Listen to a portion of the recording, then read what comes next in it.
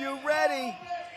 I can't hear you out. Are you ready? It's day 2 of the World Cup 2026 from Warsaw, Poland. Well, the war has begun for this year's crown. It started yesterday. 20 games in the books. And we got 84 more to go. 20 games on the slate today as we open up group play in men's B and D as well as the women. Much better weather conditions today. I don't know how to say thank you. How do you say thank you in Polish? Dziękuję. Dziękuję for the weather. Thank you very much. So pleasant temperatures as we get ready to open another day of fierce competition with some former winners. We'll get into who you'll be seeing today, but right now you get to see me for at least 2 minutes. The rules of 3x3, check it out.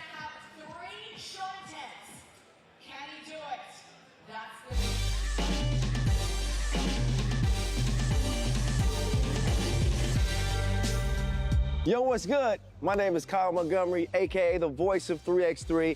And if for some reason you still don't know the rules of 3x3, it is time to tap in. Class is officially in session.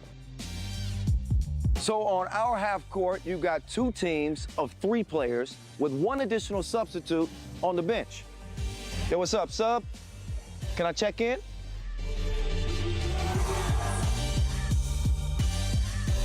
In 3x3, even the ball is different. This is the official Wilson right here. Trust me, it's groovy, baby. This game is pedal to the metal.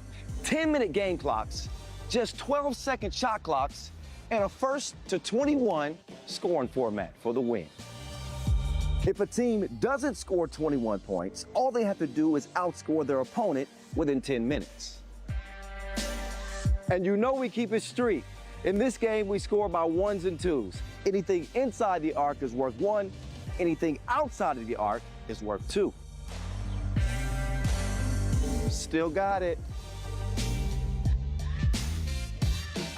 And this game is all gas, no brakes. Literally, after the opening check ball, play is continuous. Make or miss, offense turns to defense, just like that. This 10-minute sprint is just getting started. We'll see you at the top.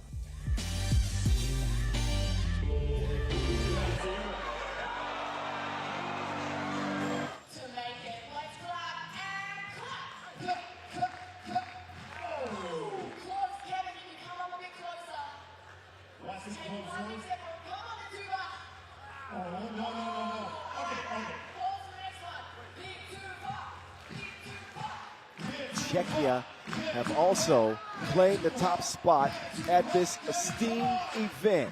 We will see the United States today. We will see France today. We saw the Netherlands yesterday.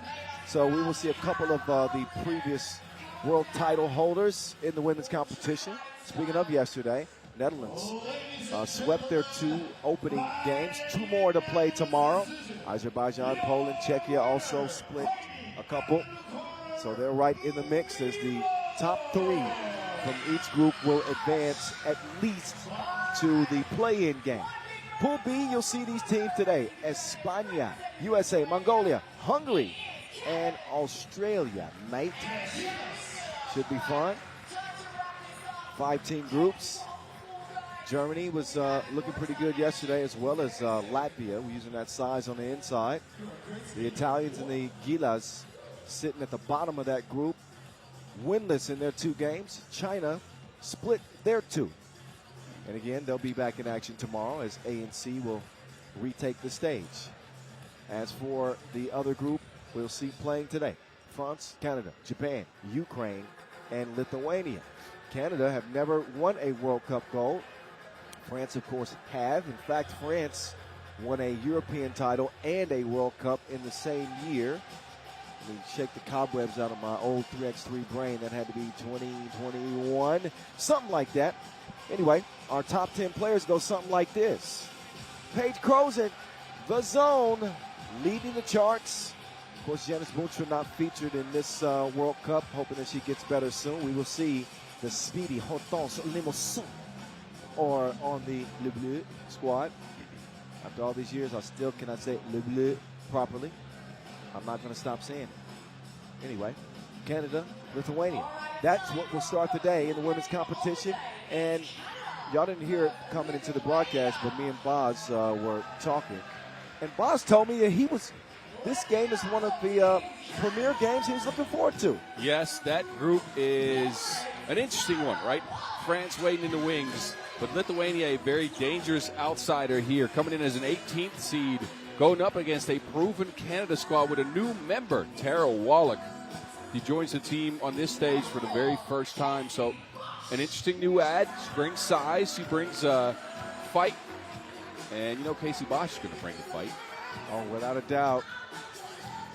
Piwati, Bosch Spice, and Kat Plouffe, the general commanding the troops onto the floor.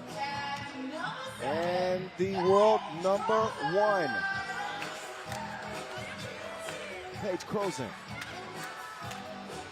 This is a sizable squad. Canada's always a favorite to do something at this level of competition. Last year on the pro circuit, they won the women's series final. So pro-wise, they're the best team. Can they be the best team in the national team competition is the question for them. Well, that's always been the question for the Canadians. They come out in the white trim, or the white with the neon pink trim. Nice looking jerseys, Canada. Out come Letuva with Gitra. Labutskainen bringing that size in the middle. Of course, Lithuania not too far of a drive from here in Warsaw. So they're going to have a strong fan contingent throughout this tournament. You better believe that. Yeah, it was about 3-4 hours away, and look who's back on the national squad. Special K. All right, Special K, man. She's made some special plays in her time in 3x3, and is back at full strength, along with Gabriela Shiska, and of course Special K here with where's Dimes at? The male Fonda horse has got to be around here somewhere. And with a new baby boy. So I think Demi's here too, yeah. Where's little Demi at? Come on, let me get a view of him. Never mind. We'll see him at some point. We'll find him. I think we're about a year's out from Demi playing at this level. He's a good kid, man. Just a year? Maybe 2. Okay. Lithuania and Canada. Neither have one gold. The Lithuanians just trying to get back into that powerhouse discussion as they tailed off the last couple of years. And our last medal, I believe, was the Europe Cup in 2023. I think Special K was a part of that. But since then, not so good. We'll see what they can do here. I think it's an interesting squad, though. All the information we have on them stems from the pro circuit this year, right? Where they played one tournament, got all the way to the finals, where they lost to the USA. But a good run there.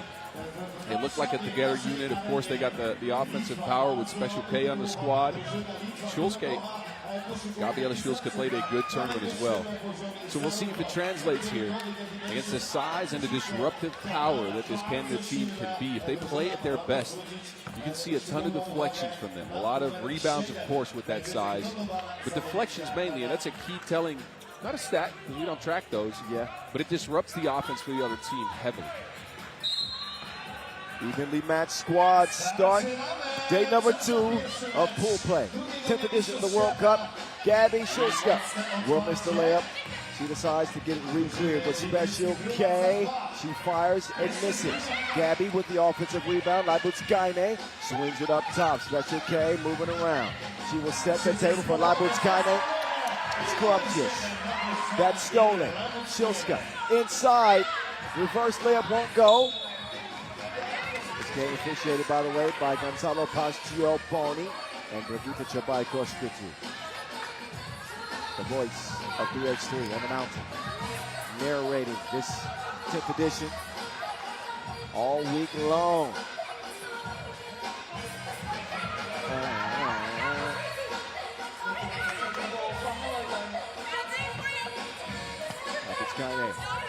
this possession. Ooh, getting scrappy. Cat getting a hand in there. And we'll tie it up, force the turnover.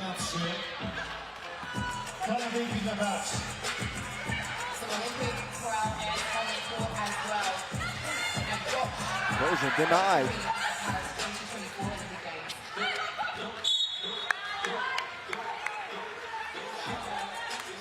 Foul called on Plouffe. First Bosch thought it was against her. She was like, what? Oh, okay, as long as it's against her, not me.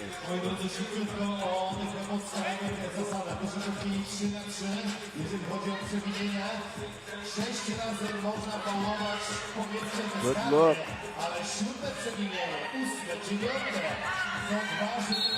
And a whistle inside.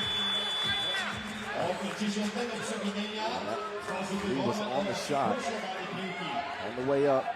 You can see Lithuania working really hard to be competitive on the glass, right? They are slightly undersized compared to this Canadian squad, but they are trying to get in the paint and be physical.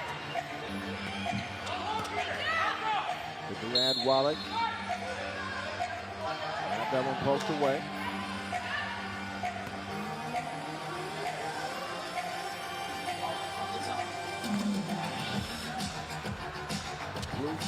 Setting up the zone. The zone. Taste the rainbow.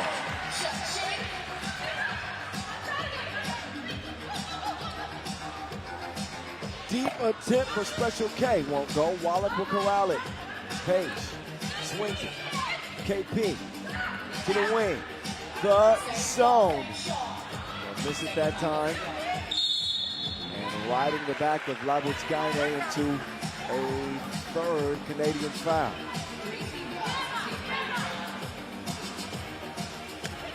All right, we got France in the building. Hello, sir. Nice sunglasses. Special K trying to get her shine on. Cross, pull up. Oh, yeah. Around and down.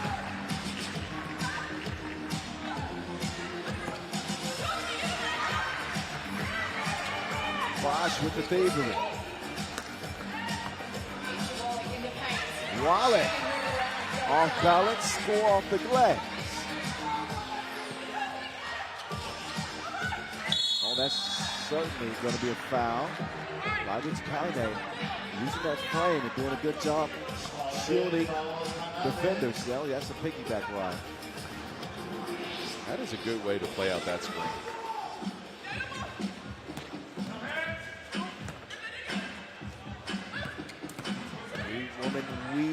McKnight to the crib.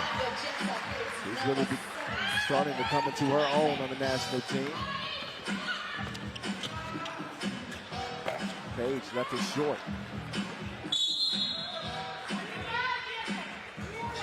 Question is, did that ball ever change possession on the rebound? Tough to tell from this angle.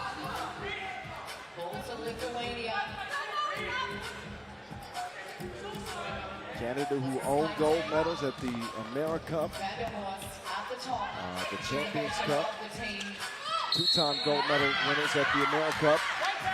Bruce gets called for that foul. They're certainly decorated in the Americas.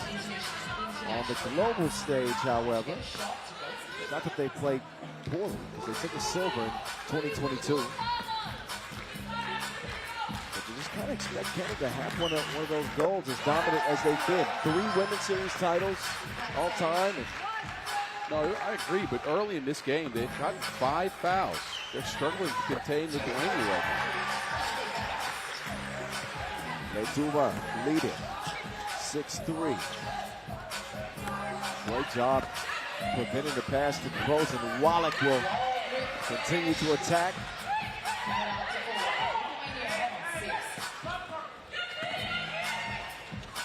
McKnight, do I ever cross your mind? You remember that song? I do not. Oh, Brian McKnight. Oh, nice scoop from Prozac. Shoska driving left, spinning right, lost her footing, still gets a shot up. It won't go.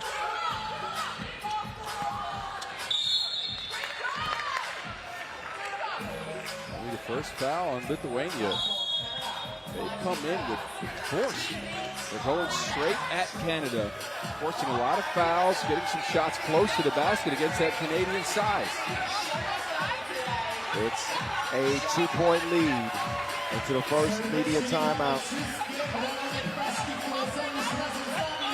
The Lithuanian winning with a bronze at the U23 World Cup, also a bronze at the Europe Cup in 2023. Nothing much to speak of since then.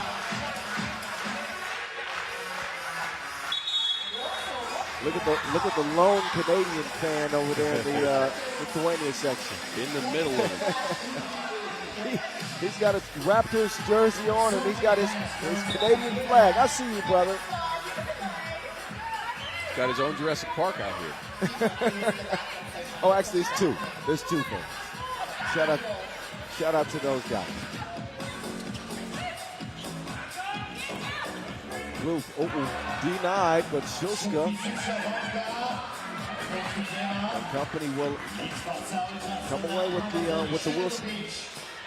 Nazis Karte, Fondo Horse. Shulska. Waste no time, but too strong on the shot.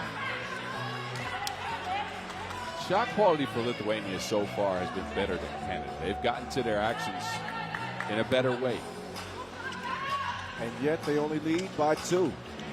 Nice entry pass to Crozer. Ooh. Another good look. Solid screen. And without a grab from Wallach, that would have been another bucket. Instead, they restart at the top, and Canada have no more fouls to give. They're at 6. Tuba continue to apply pressure on the inside, although Camila missed it. Catherine Rosen. She is all about her business today. McKnight over Bosch. He's played a heck of a game.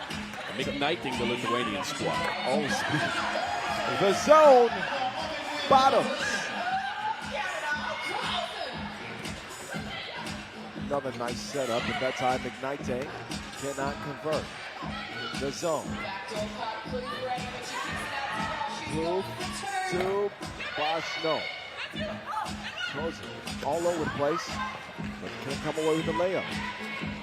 Canada are in front, however, by 1 now. And we could argue that Lithuania might have played the sharper game thus far, but the score is deadlocked. That's why this is a matchup I'd circle before the day. Ruth is able to draw the foul. And she will shoot 1. Only the second foul on Lithuania.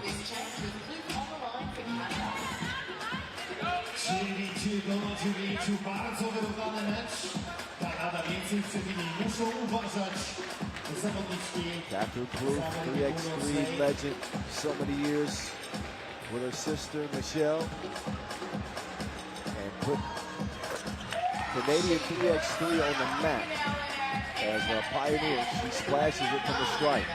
Shilston will give it up to get it back. Lawitz-Kaiden wants to rock. Wallach defending.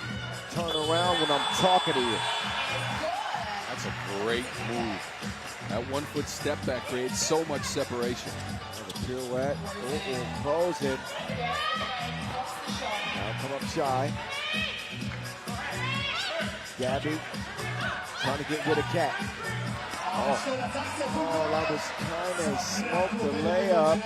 Wallach. Nope.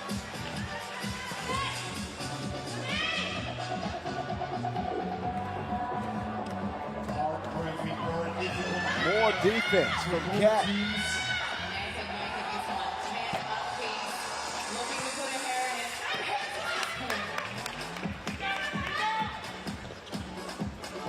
Shilska from the deep end, no.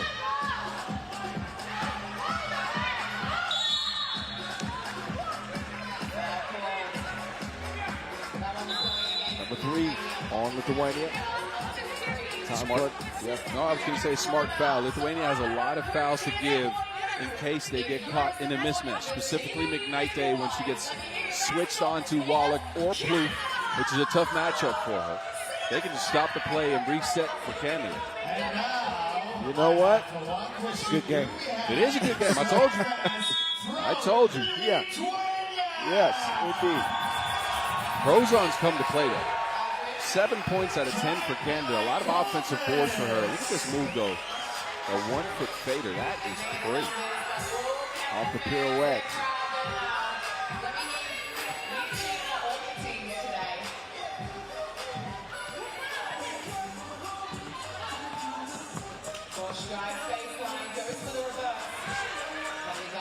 Off the miss from Bosch.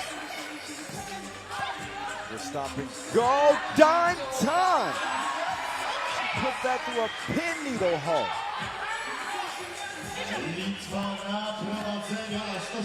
Bosch now. And now the fouls are beginning to add up for Lithuania. Fourth now. Actually, never mind. That's a seventh. It's an offensive foul. Seventh on Canada. That's Canada. Okay, never mind. No free throws because of an offensive foul.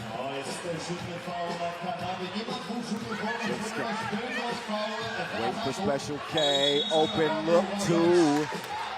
Is off the mark. Lithuania getting an offensive foul. You like the play design though to try to get Camille an open look. Can't be moving on that screen.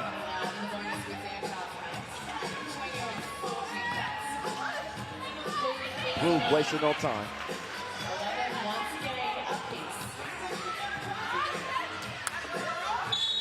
That's what you like to see more of, right? You want to see Catelyn Plouffe assert herself, not just as a table setter, which she's very good at, right?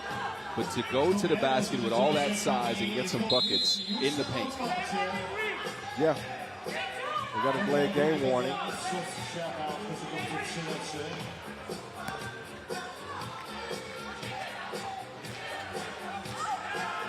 Labutskaine, special K. Two-piece.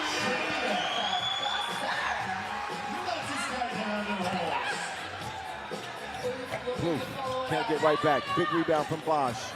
Wallop. Paxo Wallop inside. Count it with the foul. And despite McKnight arguing that should be on the floor, there will be continuation. There's another look at Special K with a knockdown two. It's 13-12. A thriller to start day two. I think both teams know what's at stake here. These are both contenders for the top spot in the pool. You want to get that first win out of the way.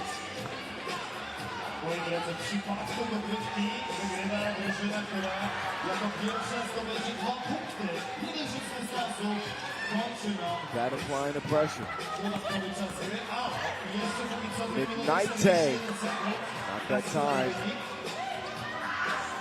2.5 to go. Inside to Wallach. Wallach. Oh, had a nice move.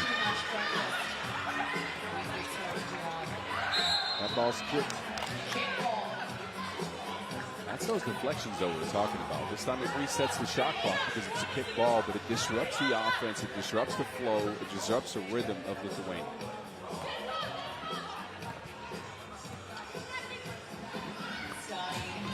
Silska had an idea on the baseline, but will fire that one out of bounds.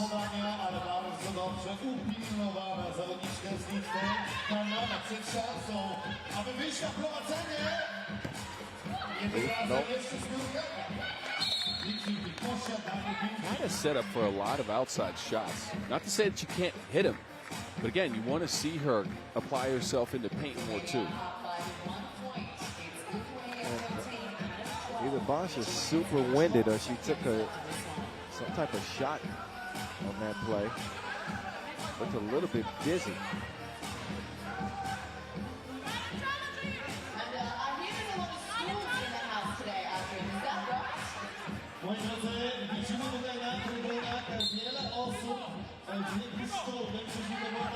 Get the green ball. I want to see official Gonzalo dance again this year. Let's make it happen. He went viral with a little hip, a little bachata. Gabby Cash.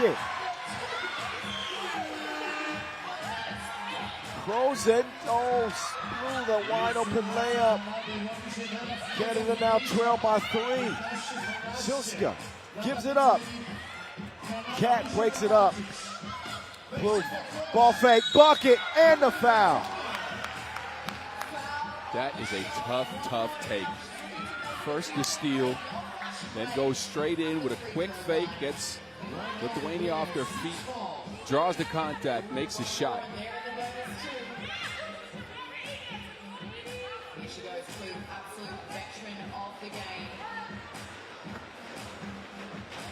Blue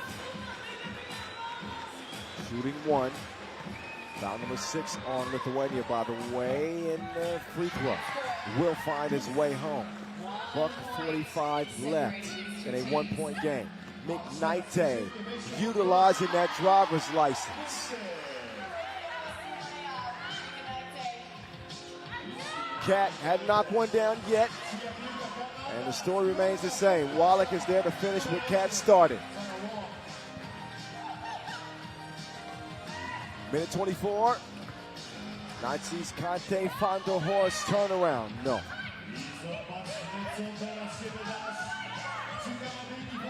Luke wants a screen.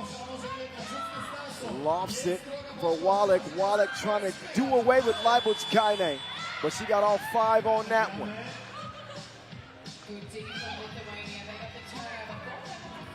Now McKnight. Oh.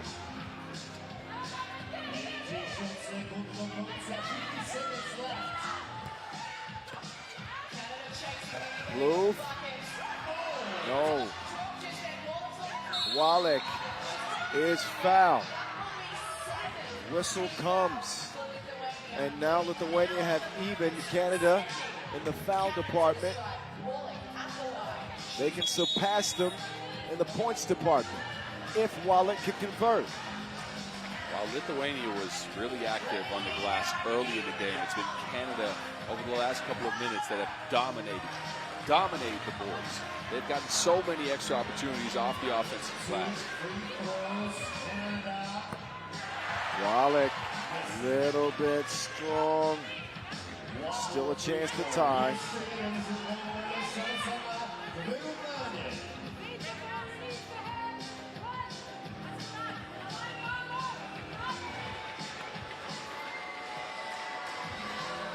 Tara, that time.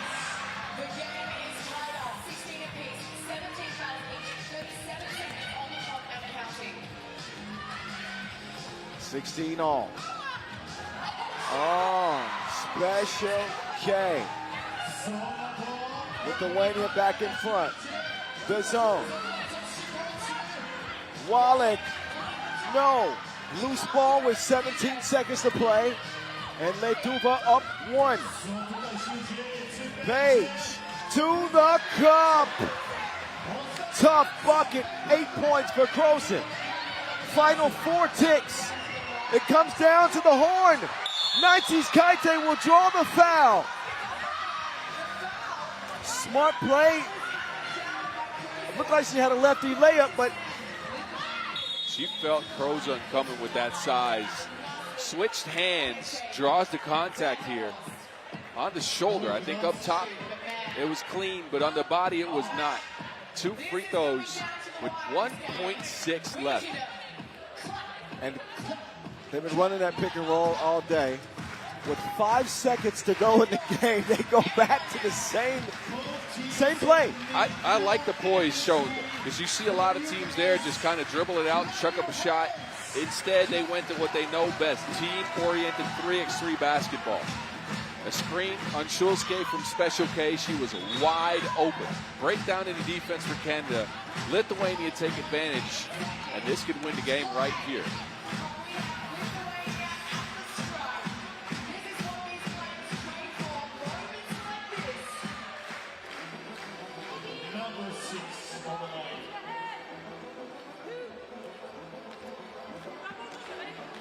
Nazis Kaite Fondo Horse for the lead.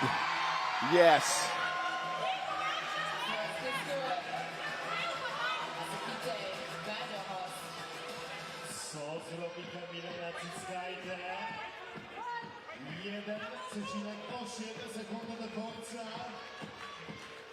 And one more again. Final couple of ticks, and they avoid a catastrophe. Lithuania, that is, and it is winner, winner, cold beetroot soup dinner. Wait a minute. What do you know about Lithuanian cuisine?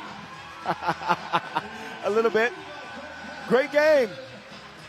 That was a great one to start the day. Man. Naitsis Kaite Fandor scores 10 in that win and gets the Lithuanians off on a positive note to open up this competition. Drew the foul late with just under 2 seconds to play and made good on a trip to the free throw line. And a thriller. More of that, please, today. Yes, all for it. Way to play out this game with all the screens and the pick and roll combinations that we saw. It was all 4 players getting some screens in too. It wasn't just the taller ladies from Lithuania. Everybody got involved. So enjoy the highlights from that thriller to open day number 2 of the action. Women's Pool D continues next with the Japanese and French going at it for 10 minutes. It's on the way.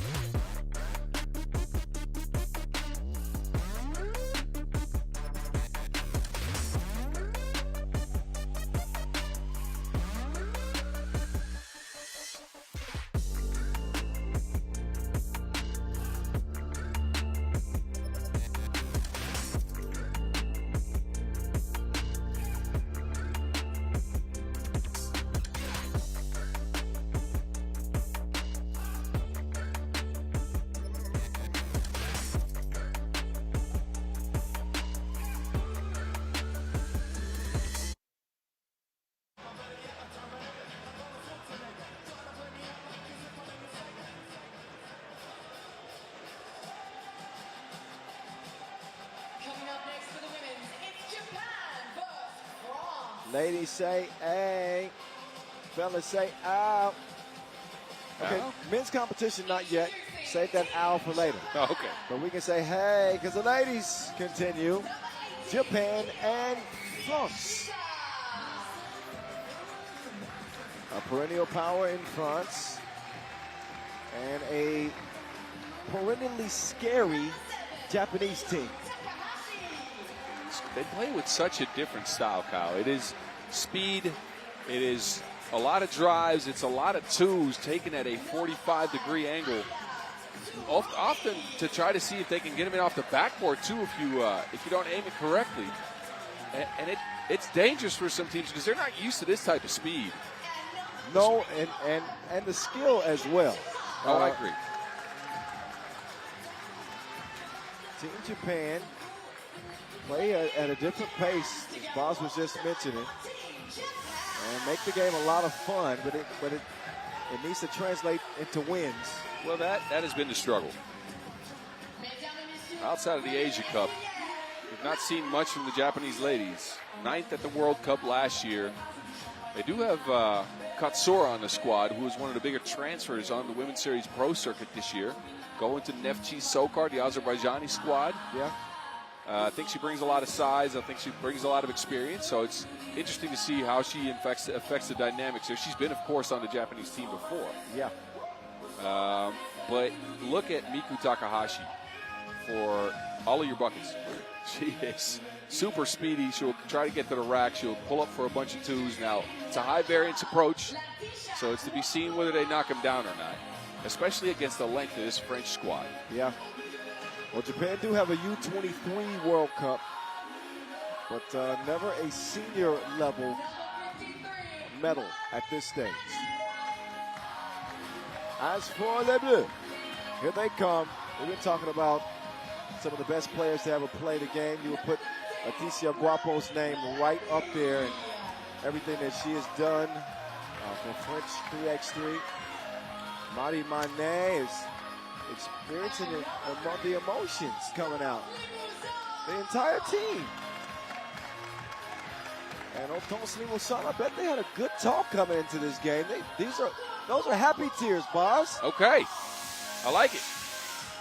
I don't think I've seen that. You're right. But I'm going to guess those are happy tears. And listen, I think this French team is built for a deep run. Millipede in the middle, Hortense handling that ball, and I think the French women feel like they have something to prove here in 2026 after their dot on the map has shrunk considerably since the Olympic Games a couple of years ago. I agree. They haven't medaled in a couple of years since the Europe Cup in 2024, actually. As we look at Katsura, again, big name, big piece added to FG Soccer on the pro circuit. But again, what we've seen from France over the last few years is kind of a similar system, right? That was so successful early with Hortense Limousin kind of, hands on the wheel, setting up all of the action, a lot of cuts off ball, a lot of movement. Over the last year, it didn't produce any results. Yeah. I'm curious to see whether they've tweaked the offense a little bit. If they can find some other things than running around and Mané going one-on-one and using that incredible skill of hers to try to get some shots up. Well, first peek at them.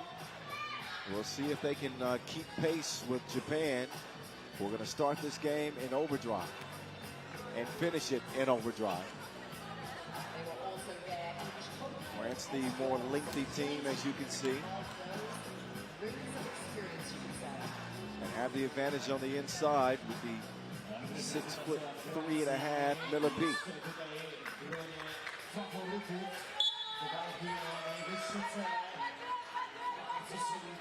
Japan open with possession. And they will do what they do. That was deeper than a sea creature. Right off the bat, that's how they want to start. Okay.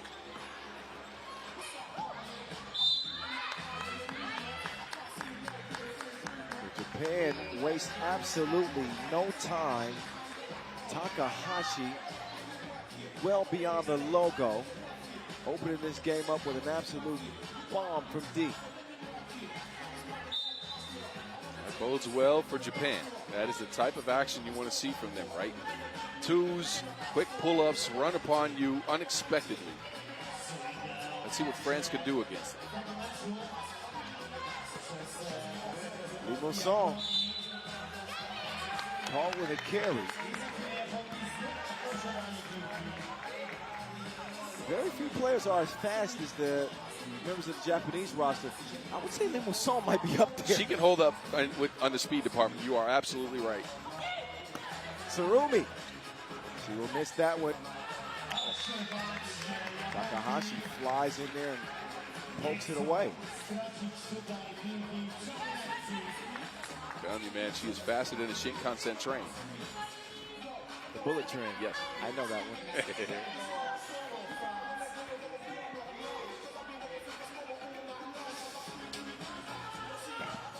Mané. Nope.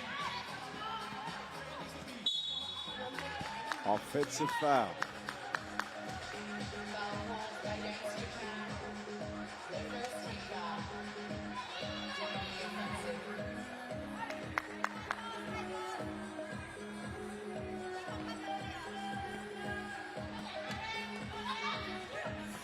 Passes out of reach, but that's because of the foul.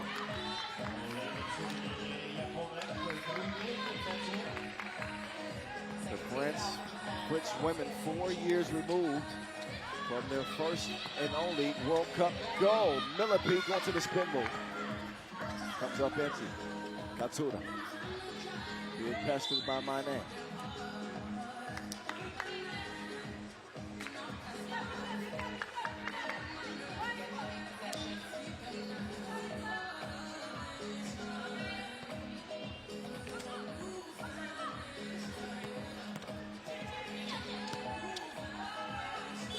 Off balance.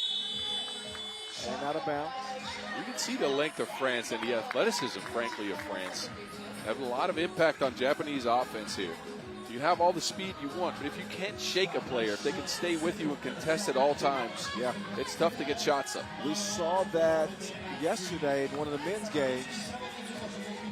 I can't remember exactly who it was. Germany, New Zealand, I would say. Yes, that's right, New Zealand. Germany, with a lot of athleticism against New Zealand's speed and shot making, was a clear advantage Germany. Yep. Right now, the advantage in this game belongs to Japan, narrowly. Warsaw will poke that out of bounds. That leaves 9 seconds for Sarumi. Sarumi sets up Katsura. Right back to Katsura. They're playing almost exclusively on the perimeter right now, and there's that defense. Katsura has to take that shot, though. She had a window and didn't take advantage of it. She was open for a second there.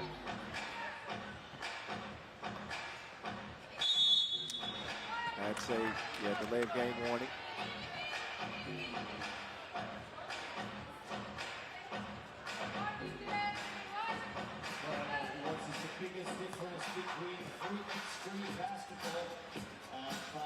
Pass. Oh, extra pass. Oh, missed. It was soft. Maybe too unselfish on that play. Mane should have took that shot. Although the pass was a little bit off the. Look, Limousin was wide open, though. I get it.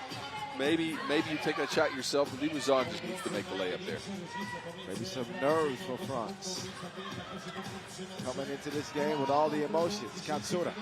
Entry pass to Takahashi, who will track it down, but another shot clock violation. This French defense. They're running Japan off of their spots. There's not a lot of passes to go around that go in the paint, and when they do, like here, it gets deflected. Chakwapa to Mane. Wapo flies in and pokes it out of bounds.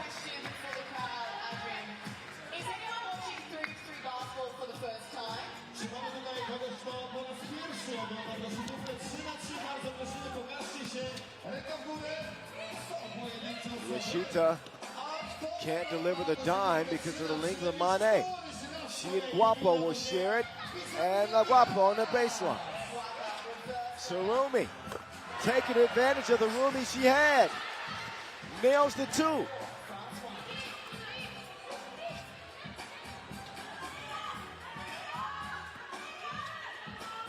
Guapo. That one will ricochet out of bounds. 4-1, and Japan lead by 3 because of a couple of twos. They are a high, maybe the highest volume team when it comes to two-point shooting. Yes. I mean, they are the definition of living and dying by the two. They almost shoot exclusively from outside. Guapo is down, the shot is up. Off target. Bilibili with an advantage inside, and that is not a good foul.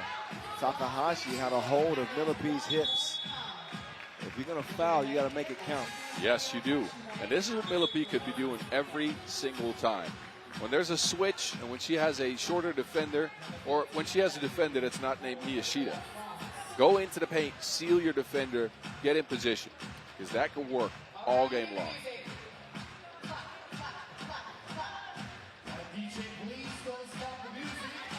Adi Milipi with 17 international caps. Was on the silver medal team from last year at the Europe Cup.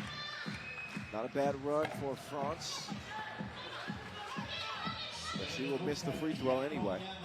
Sarumi is bumped. That silver medal was 24, no, right? 24. Yeah. Oh, we're already in 2026. Yeah. Time moves up on you, Cal. Wow. Yeah. Katsura. See some daylight. Ooh.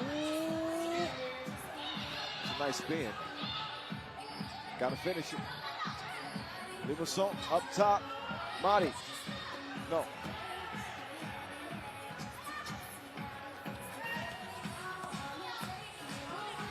Katsura. 2 is going up. Bad miss.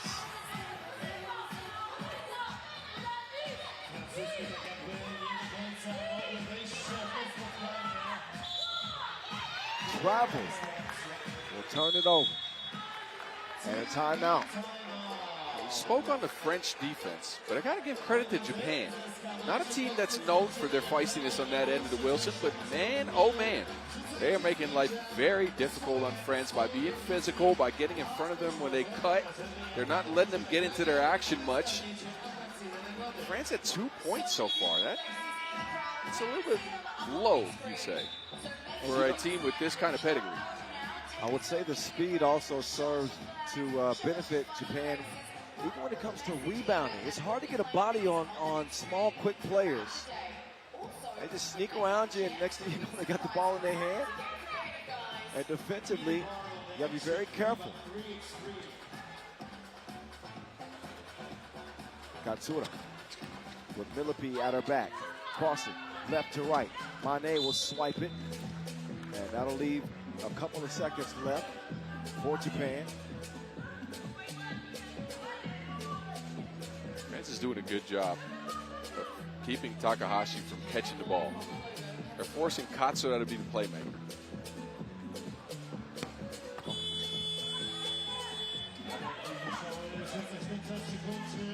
Mane operate. Running. Bilibili can't convert. That one saved. Katsura. Yashita will come in.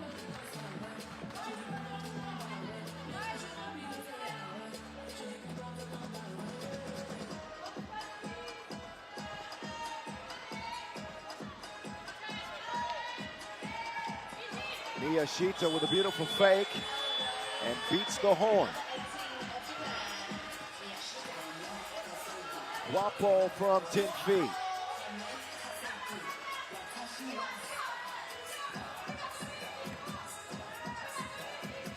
Miyashita fresh off her last score. Surumi, are you kidding me?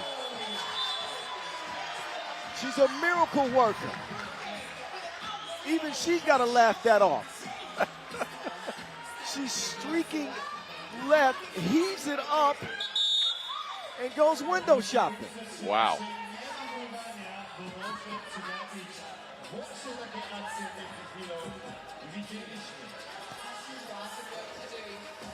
Seven, 3. Mimosan will use the glass. There's no glass necessary. Nothing but strings from the corner. Takahashi. Mimosan trying to fire back. It's up to Katsura now. 2s are going up left and right. That one a narrow miss. Guapo now. Giving the layup. Takahashi.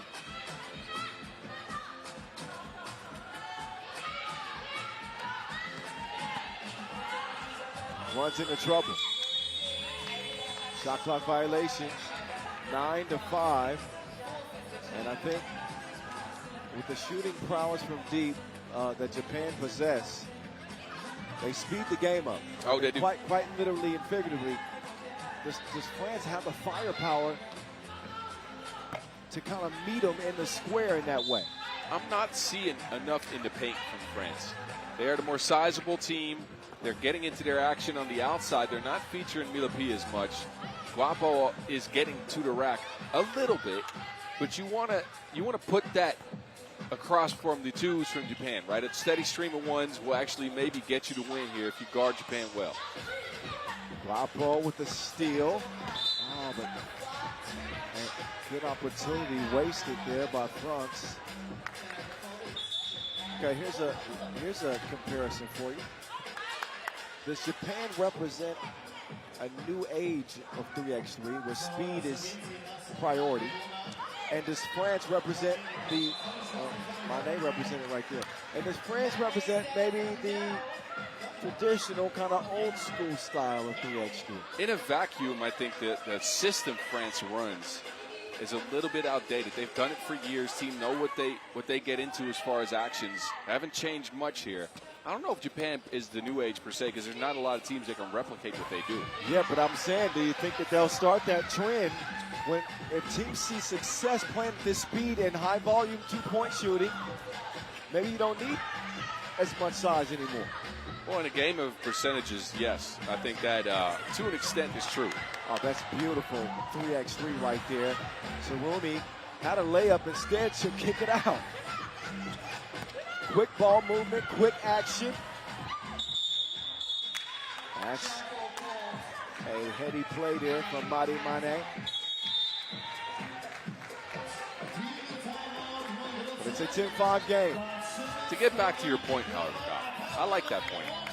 So I think there is now more teams trying to do, not exactly what Japan does per se, but at least focus on that 2-ball. Think about New Zealand on the men's end, right? They are a team heavily focused on shooting that 2-piece and getting an advantage that way. There's more teams trying to get that level of strategy and that level of analytics, frankly, into the game. I like the trend. I'm not sure all the teams can do it. I know a lot of teams will shy away from that because it's a high variance approach. You got to have the personnel to do it. Oh, yes. It just so happens that they shoot a hell of a lot of twos, but they make a bunch too. Oh, yeah, they do. Guapa with Lele. 2-possession lead.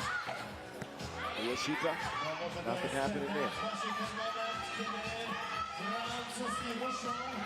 Guapo runs into trouble. Turned over. Mane's had a hell of a defensive game. She's got deflections galore. Nice block shot on the baseline. I agree. We'd like to see some offense from her. She's at 0 points. That was my next point.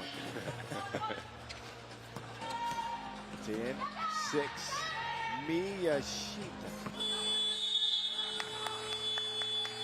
I wouldn't even call that a bad shot for Japan. Nope. No, they got some separation. They've shot the ball from there and hit it before, so why not?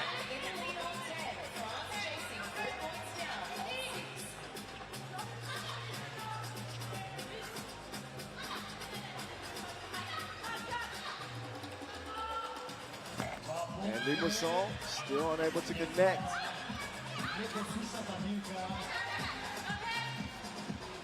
Perpetual movement here for Team Japan. Oh, Millipede just pancake Katsura. And Katsura comes out of it with a smile. I don't think she ever stopped smiling. Hard foul. Only the second on front, but it's a shooting foul.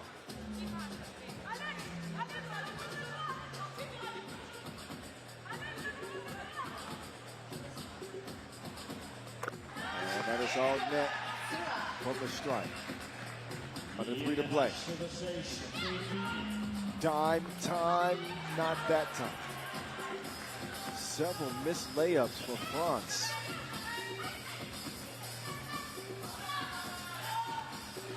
Sarumi gets it to Katsura late in the horn.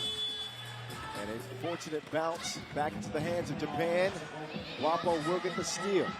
Dumasson is up top. She's going to navigate past the defender and in for a layup.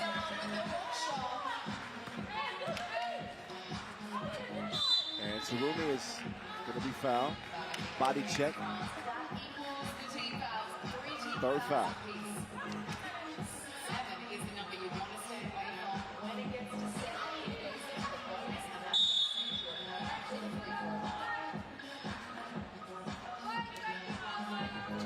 Foul? That was not a good check, so France will get a chance at a point here. Oh, they had already gotten a delay of game warning. Yes. Yeah.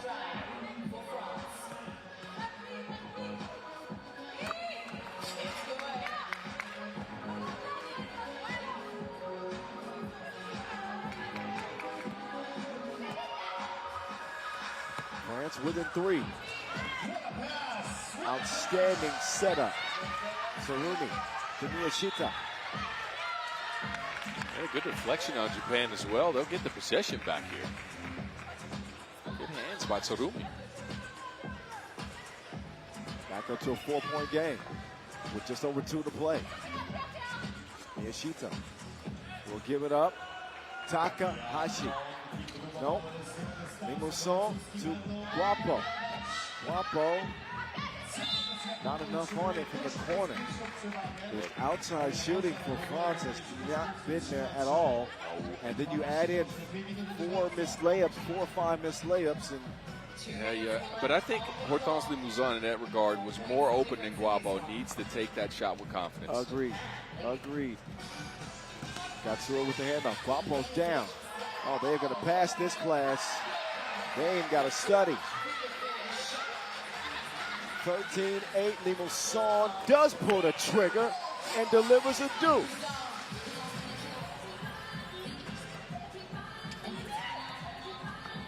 Sarumi, Katsura, no hesitation, comes up just shy. Guapo given an opportunity from 2 range. It won't go, and Bilibili is going to be whistled for France's 4th foul now.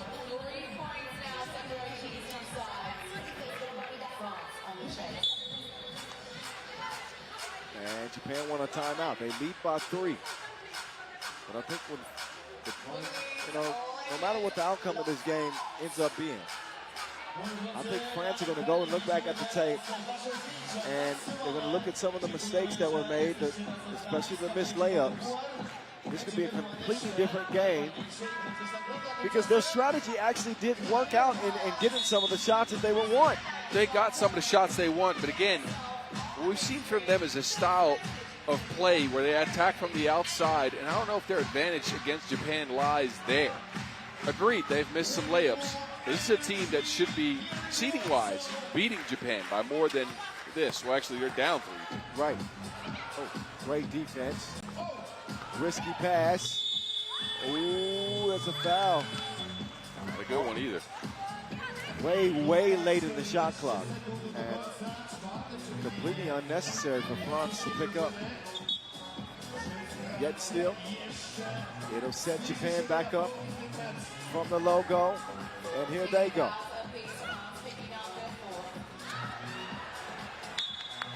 There they went. Well,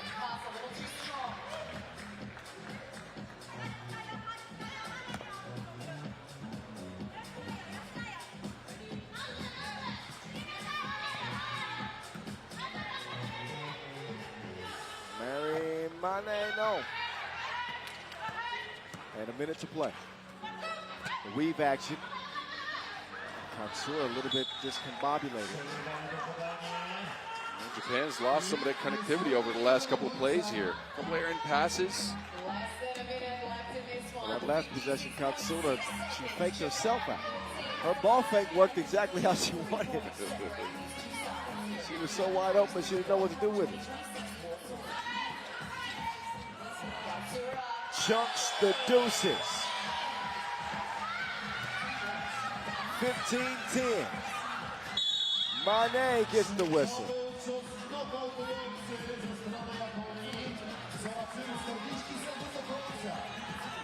So Japan not home free yet.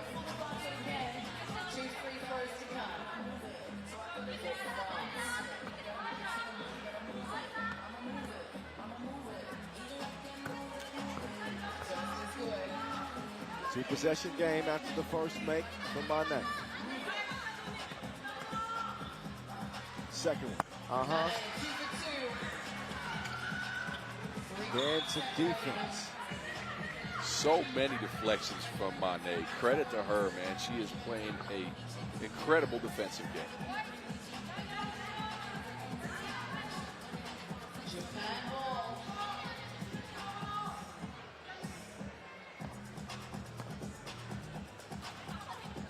Seconds to go. One man down. And Katsura takes advantage. Limuson, dime dropped. But a 16-13 game has Japan in the pole position. With 18 seconds left, the timeout is on the floor. Japan with a foul to give and a 3-point lead. You couldn't ask for a better game from Japan, right? They've gotten the shots they want. They've gotten the defense that they need against this French squad. And pole position for them now to win this game because of it. France really need a score, preferably a two-piece here.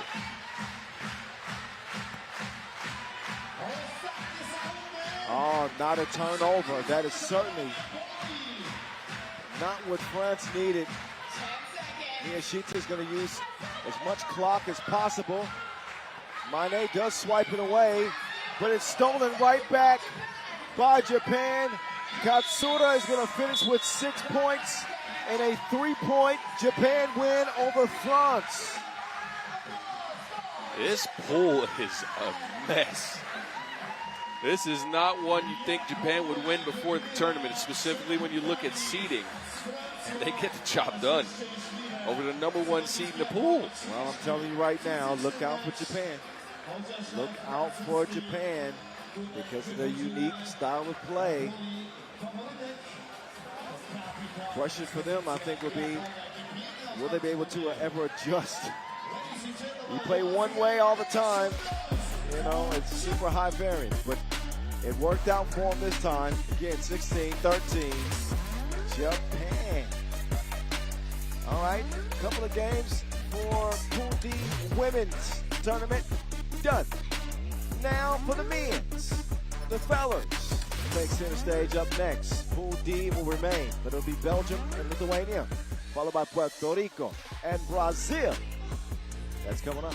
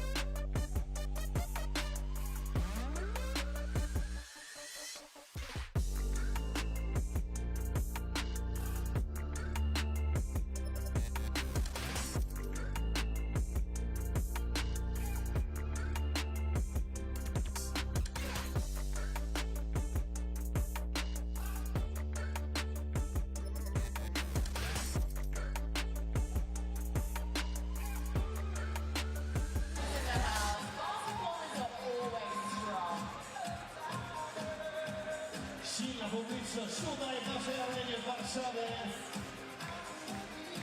2026 Warsaw, it's going down. Who will be the next country, or maybe in the same country again, that enters this fraternity of World Cup winners? Could it be Belgium? They've never done it. Could it be Lithuania? They've never done it. They're going to get their action started here in just a bit.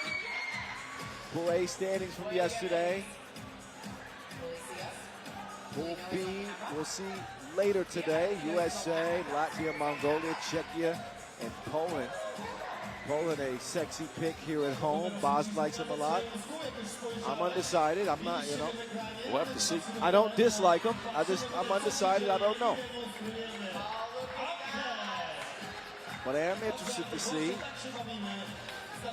Belgium, especially with Brian de Valk back on the national team roster. Yeah, and what he will bring. I think a deserved selection. He's been good this year on the pro circuit for his new team, Los Angeles. He's done well. And I think still, when he's healthy, one of the better screeners in all of 3x3 as we look at the top 10 players that are ranked Stojcic, of course, he's here, the world's #1. We don't see the #2 here, Brankovic. A lot of these players represent, though. Yeah, Naranjic has been represented. He's #3 on the charts. Serbians looking strong yesterday, as well as the Dutch in the opening day of action. But it's just the tip of the iceberg, so to speak, of day 2, our first men's game of the day from here in Warsaw. Team Belgium, as they welcome the Vault back. They bring his lockdown defense to the table. Good screener. I don't know if the athleticism is still there. I guess we'll see. I think some of the intangibles he brings are going to be really important to this Belgium squad, right? He's also a leader on the court. Plus his screening game works well, and he screens out of movement a ton. And when this team plays with movement, they get open shots for Jonas Sports, for Dennis Donker. And that leaves opportunities for the other guys, Augustine at the rim. So I think it's a really balanced squad with Brian de Valk in the mix. And this is one of the more trustworthy teams in the pool, actually, with the way they play defense as well. They're super physical. They've had a good run this year on the pro circuit. So this is a dangerous team right now. I would say so. The always dependable Dennis the Menace Donker with Logo Joe's outside shooting, and Kasper Augustine is really coming to his own too. So they are ready to go. Ignas Vaikus representing Le Duma on the national team, your Europe Cup MVP last year. That's good enough to earn a spot. You don't see this face on the national team a lot. Rokas Joicis. He is a proven winner, though. 22 years old. He's won at every level of FIBA 3x3 he's been at. From the Under-18 World Cup, where he picked up a bronze in 22, to a couple of wins at the University World Cup, to a win at the Under-23 World Cup last year. Every level except the seniors. level. And now he transitions into the senior team. He's with the same fellas that won the Europe Cup last year, replacing Marius Uzupis. Chagas is here, Pukelis is here, but this team has some questions, though. Well, I see Pukelis' right knee is he's got a brace on it. That's one of the questions. He's coming off of an injury. He hasn't played 3x3 since the Champions Cup way back in March. So this is his first action in a while. What's his rhythm going to be like? How does that knee affect him on the court? Because he's the linchpin of this team. Without a question. Well, I don't want to take anything away from Evaldas Jaugas now. He's the one that has been the most destructive force on the entire pro circuit this year. We'll get to that. Dennis Donker has been good. He's shooting the 2-ball at a over 30% clip this year. Back to his ways. But in Vaikus, of course, that Europe Cup MVP, you don't often see him on a 3x3 court, right? He just joins the team for certain tournaments, but he is super, super dependable. To go back on Jaugas, though, let me read you some numbers from the pro circuit this year. Drop them. 9.6 points per game. Hello. 70% from one, 25 from two, 70 from the stripe, and 5.2 rebounds. Say what? He is the leading points per game scorer on the pro circuit this year. It is incredible what he's done. Jaugas has been trending upwards for the last 3 seasons. I mean, he's done nothing but get better and better and better, almost to the point to where there's 2 sets of hands on that steering wheel for the Lithuanians. So Pukelis has had to make room for Jaugas because he's been that dominant. We're going to find out who wins this tangle between the Lithuanians and the Belgians. Oh my goodness, he ghosted it. Kasper up top with the swat.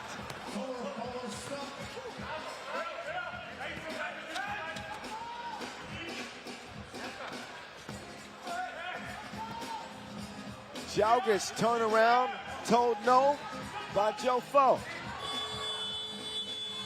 Yadkus forces it. Pukelis will find him anyway. Lithuania draw first blood. Kavalk operating from the left wing. Augustine after that big defensive play, trying to get some offense going. Logo Joe, that's ain't no.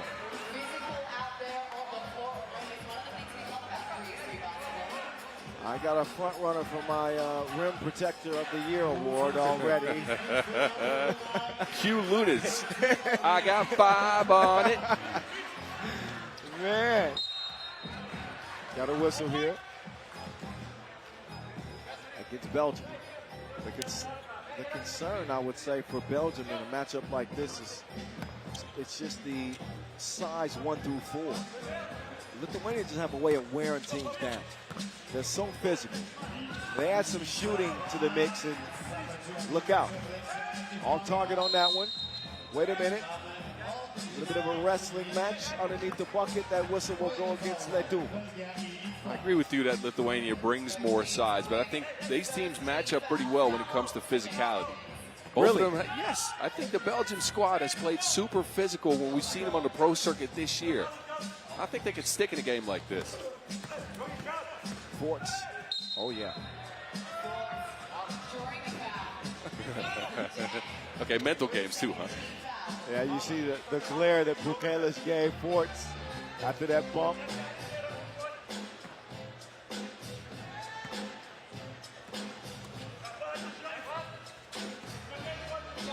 Dennis gets a look. Augustinian trying to save it.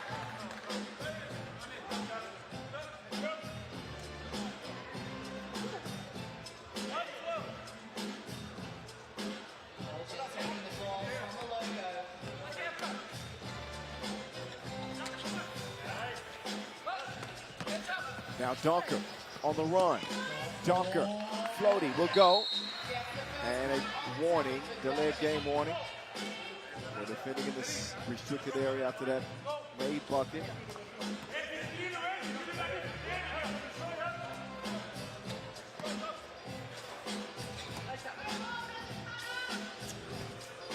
Oh, Jalgis. He made a nice move initially, but the off elbow connects with the Bucks' face. And an offensive foul. We'll give it back over to Belgium. Yep, right in the noggin.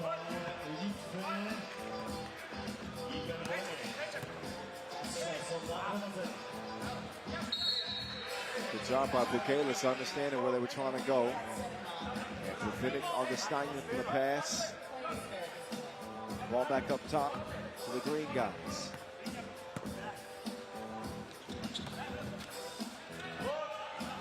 Joyce, moist, wet from long range. That's what Yossis can bring to you. He's a good shooter, handles the rock in the pick and roll well too. Oh, Augustinian, bad miss there. Yossis up top. IV. Oh. Loose ball. Joyces is going to get fouled by Augustinian. I'm telling you, he brings some intangibles, man. He's now active in the rebound as well. And again, look, you can't argue with the fact that he's won at every level, and he's been the leading bucket getter for his team there. It's an interesting add to me. I'm very curious how it translates. So far, so good. See how well he meshes. But an offensive foul, 4th on Lithuania. But an intense game here the first couple of minutes. The vault starting off the Belgians. Donker. He ain't gonna beat him in a sprint. Joe. Joyce no good.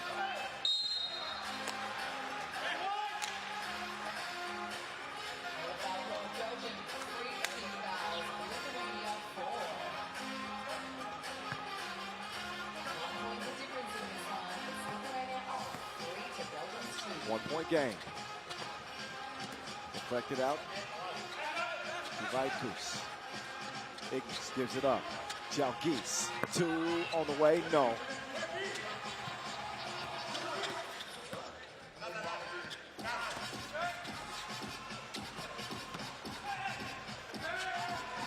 Forts.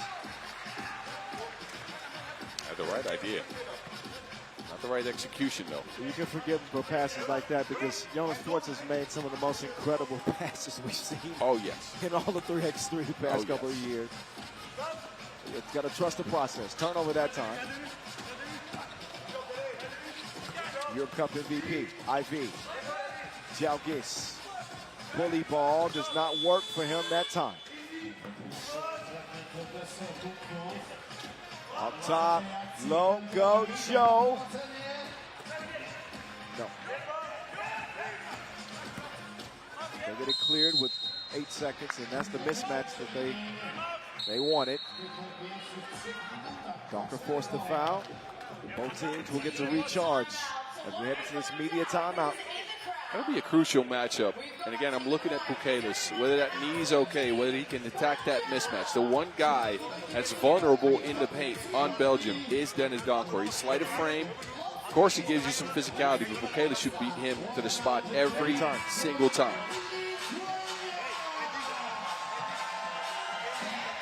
There's a look at Augustian beating Pukelis, the Lithuanian, from the outer limits. He said, phone home.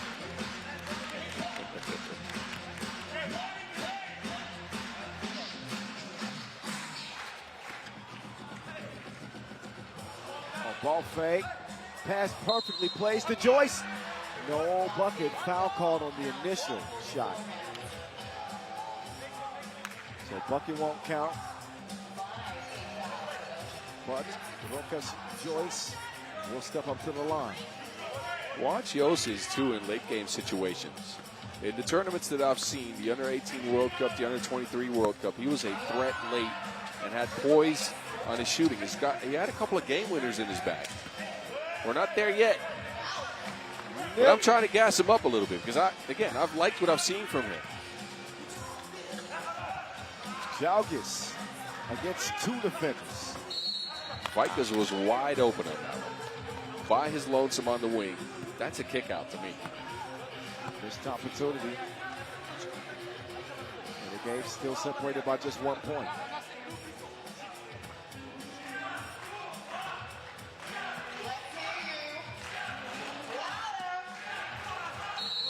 Yep, Dennis with a fistful of jersey. So not just when he gets caught in that switch against Pukelis, they feel like they can exploit a matchup on the inside with Donker defending with Vikus as well, or Jalgis.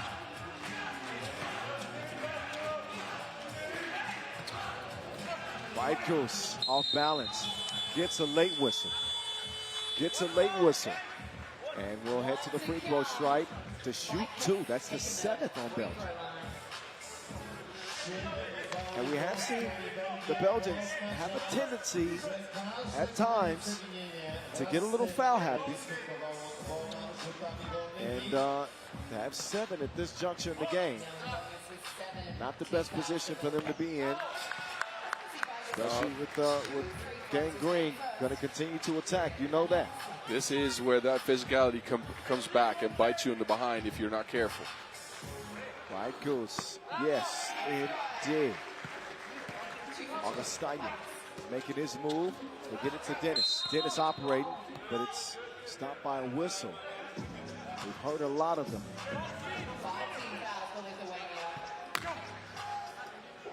DJ Lash should cue up the too short. Blow the whistle. That's all that's been happening. Yep. Donker. Being pursued. And he still gets the bucket. Joyce, another double dip. Gross is leading Lithuania in scoring with 5 out of 8 points. The rookie coming through.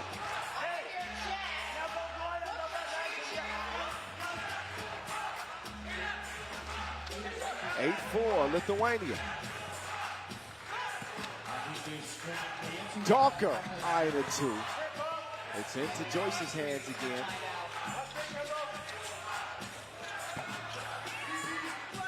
That one a miss. Heat check. Now, we'll let Donker get past the defense. He beelines to the bucket. Joyce to Jalgis. Killed again.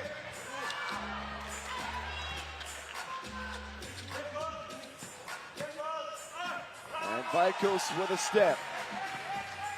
Guess Augustine can't block everything. Oh, that's one of the worst fouls I've seen. Yeah. As good as Joyce has been, and what is going on with that foul? Yeah, I don't know. It's not smart.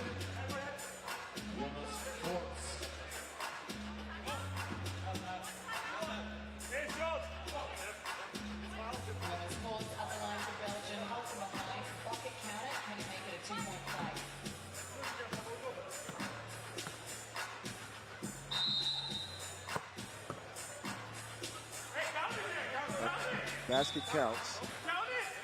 Yeah, basket counts. That one lane violation was against Lithuania, so that basket counts. Yep.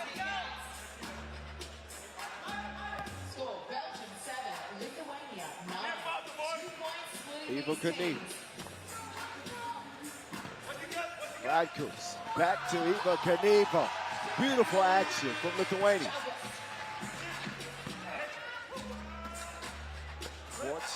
Augustinian doesn't get the whistle and also doesn't get a bucket. He's contending that he was somehow fouled. He did not get the call. 10-7. It's going to be white ball.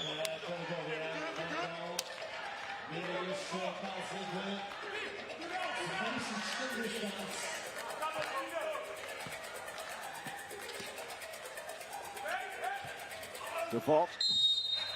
Oh, offensive foul. Looked to me like DeVault was the victim there. But he gets called. Apparently moving while setting that screen. Of course, you trust the whistle of the experienced Najib Chazidin.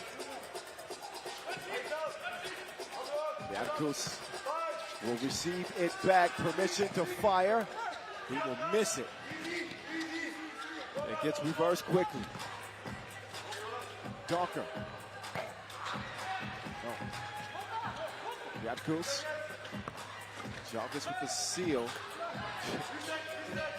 Ports with the D. 2 balls missing for the Belgians right now. They're getting good shots out of movement, but they're just not making them. Oh, he's making plenty. He has been money from the beginning like a trust fund baby. The rookie delivering for Gang Green.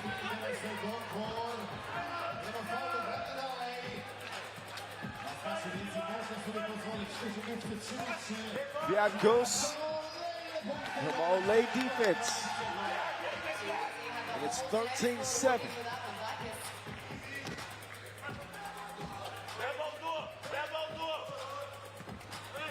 Entry pass does make its way to Augustinian. He will turn around and get the soft touch to go.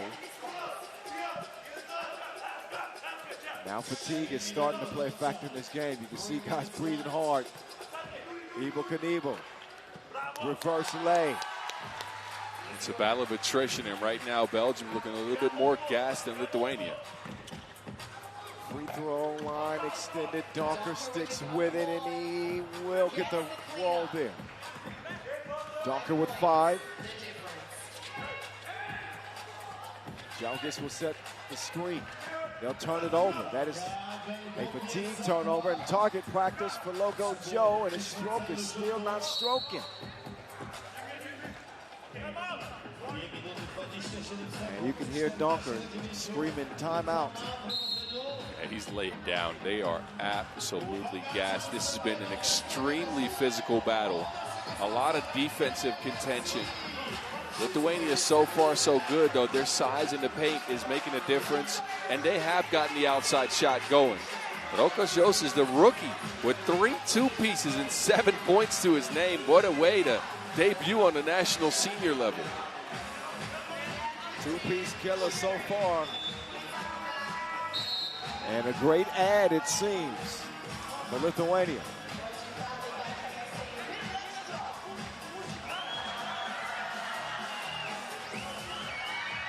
Mixing up the roster a bit. Could prove to be the right combination of ingredients. 14-9, they lead. Vierkus working on Agastani. Lofts it to and Pukelis, who was being fouled by Forts.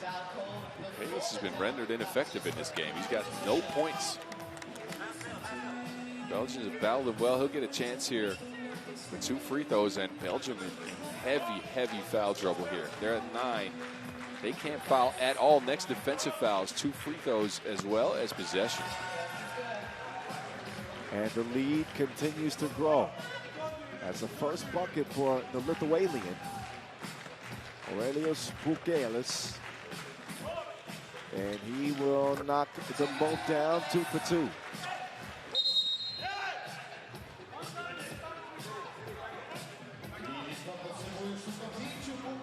Got a technical foul, flopping. Yos is running into the screen, trying to make a show out of the contact there. So you take the good with the bad with the rookie now. He's running into some questionable fouls. I like the call from official Chajadin. He said 1 time, 2 times, 3 times, enough. Tech. He's been keeping count.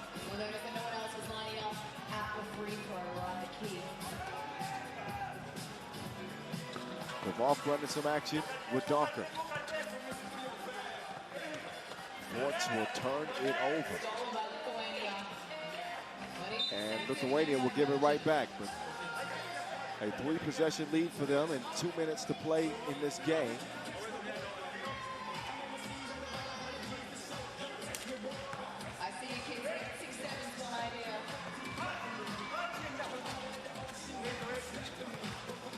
Forts is going to feature on the Steiner. Normally, that's a really consistent action for the Belgians, right? That pick and roll game with Steiner going to the basket.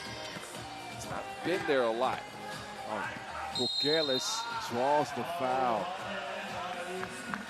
He thought about, he considered shooting that 2 at first, but then he saw that he had Donker, and the better option was to attack the rack. They'll get not just 2 free throws, but possession as well, as Belgium have entered the double penalty. And not a good foul there. And again, the Belgians, that early physicality coming back now to haunt them. And the absence of the 2-ball has had them struggling in this game. 11 points after 8 minutes for a high-octane offensive unit is just not good enough. I give credit to the Lithuanians, though. They have kept the 2-point arc pretty secured. They've guarded it well. Well, they made a concerted effort to take it away from Forts, right? Donker's got a couple of looks. The Volk's not going to shoot many of them, and neither is Augustine. They might attempt 1 or 2 a game. That's about it between them. Forts, though, stuck at 2 points.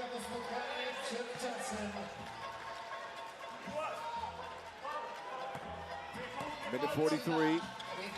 Lithuania need 3. And Belgium are handicapped defensively in that double penalty. They do get a steal, and that pass is delivered to Augustine. He's fortunate to get a whistle. 2 shots to count for Belgium at the line. It's Augustine.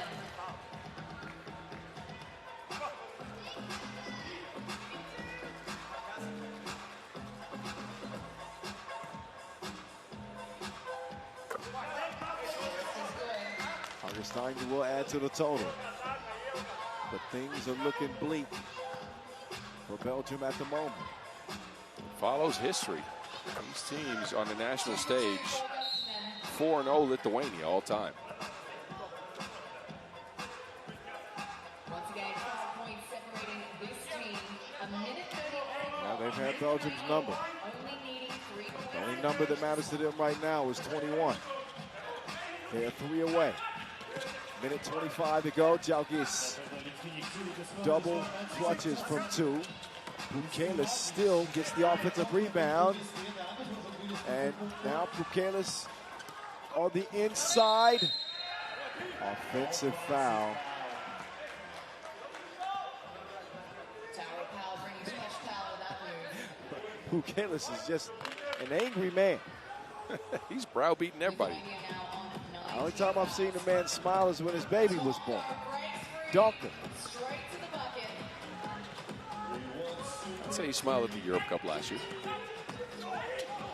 Oh, now there's a blocking foul call this time.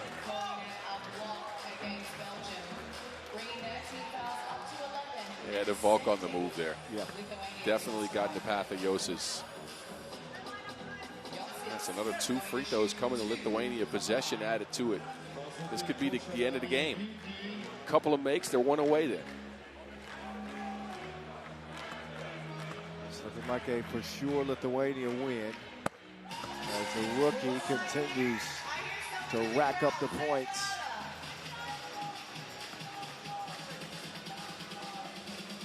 He's got 8 in the game, man. What a debut. Make that 9. And game point for Lithuania. One more point for Lithuania, and they can finish the game early. Only 59 seconds left for this one, however. Another foul. And Belgium have been Hacky Chan in this one. Head to the free throw line. They got a giggle out of you, huh? Is it rush hour already? Oh, my goodness. We've reached time on this game. If Bukalis can put it away. One more to go. With the Lithuanian at the strike. A resounding opening win for Lithuania as they beat up on the Belgians to the tune of 21-14. And they got a new potential star in the making. With this Rokas opener. Joyce with 9 in the game. He had the game in his hand like a joystick. Maybe that's a new nickname that might stick. The joystick. Big win for Leituba. Puerto Rico, Brazil are on deck.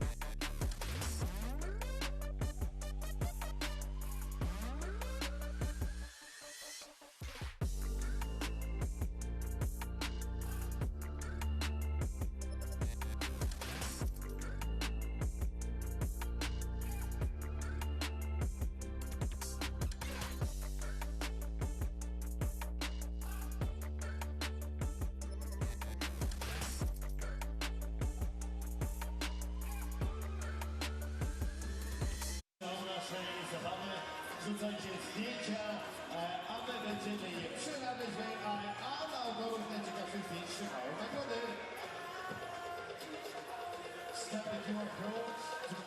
And we are back with Puerto Rico and Brazil. Coming up next, it's Puerto Rico. Brazil been carrying the torch for South America. And of course, Puerto Rico, a America winner. Done battle with Brazil many, many times. But will not feature some of the familiar faces on this Puerto Rico team that we are used to seeing. Namely, Antonio Ralat. They do bring in Miguel Martinez Moreno. player out of the Nations League. Curious to see what he can bring. A new look this year for Puerto Rico, man. And of course, we've seen Luis Quascut. He's been there. But the headliner will be Brian Gonzalez, a guy we've seen shine on the pro circuit, a gifted scorer. He's a bucket, a volume shooter.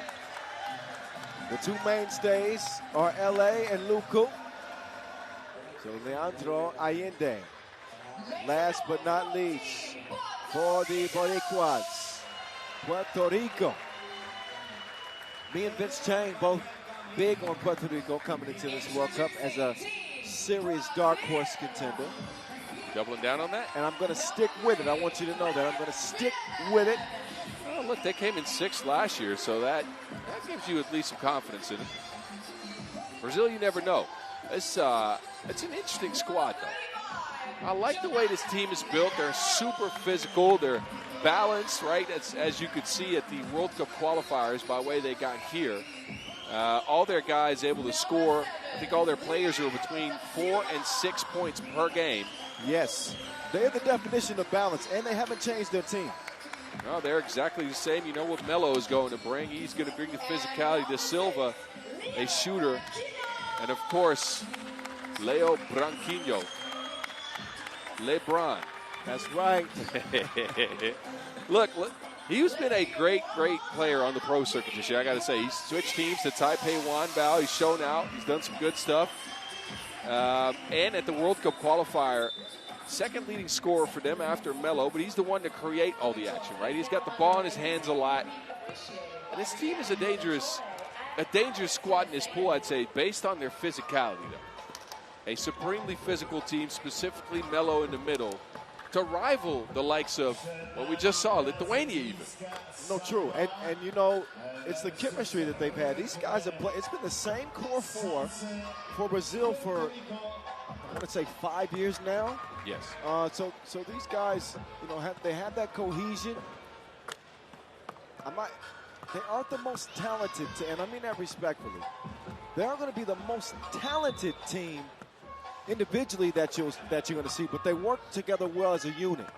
Oh yeah, and they might be the more physical team. Look, I've had the displeasure of playing against Melo before. Oh, not fun, not fun.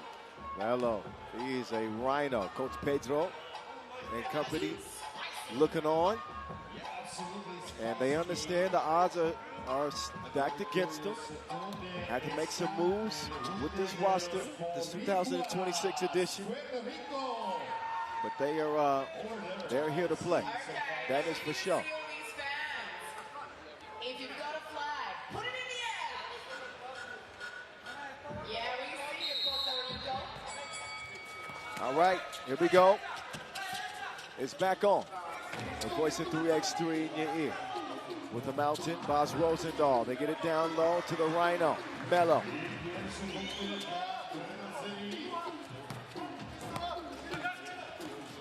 Gonzalez. 2 won't go, but he's going to find himself open in the corner. They'll give it up. Luku to the crib. And Quascu gets the opening score for Puerto Rico.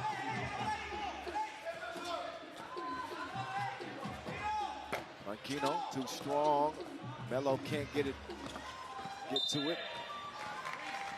And Quascu looks a little bit thinner this year. He's leaner.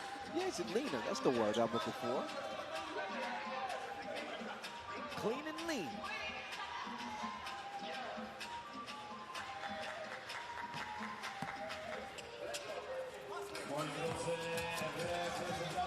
Da Silva whips it.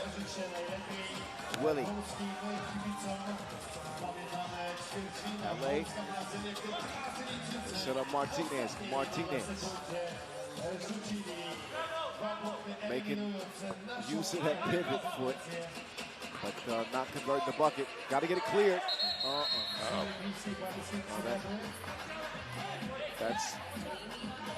think that's a rookie mistake. They're saying there's never possession on Brazil, but I don't know. They're challenging it. They must be sure. I'd have to see it again, but I don't think the possession had changed. If the possession hadn't changed, this is a bucket right here. Everything happened so quickly.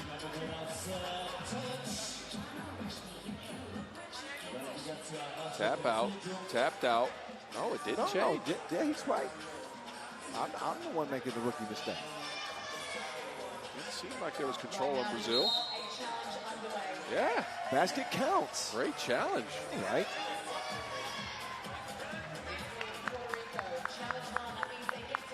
But you can see there was a little confusion as to whether or not they should Everybody go up. was confused. Yeah. I mean, the ball bouncing around, ricocheting everywhere. I didn't know who had what.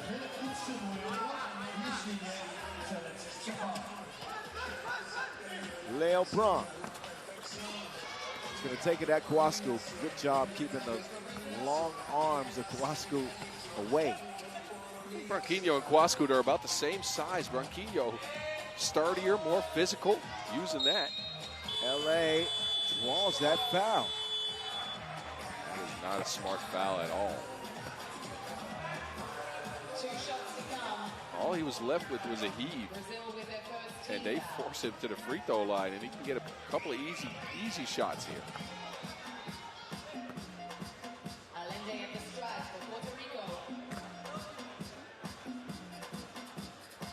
Allende with not one, but two.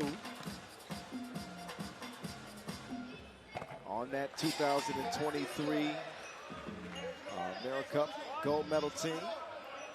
LA with 31 international caps representing Puerto Rico.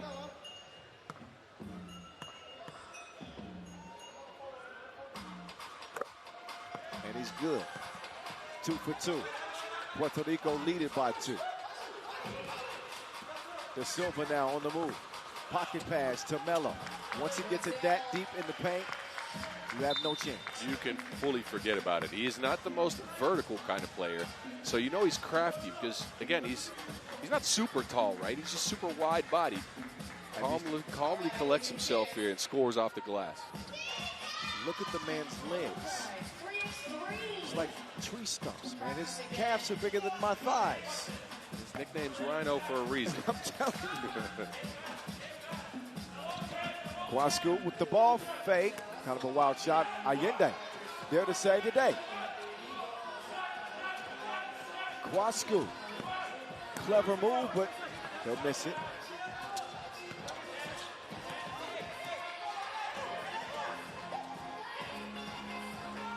Branquinho. Oh, what a rebound.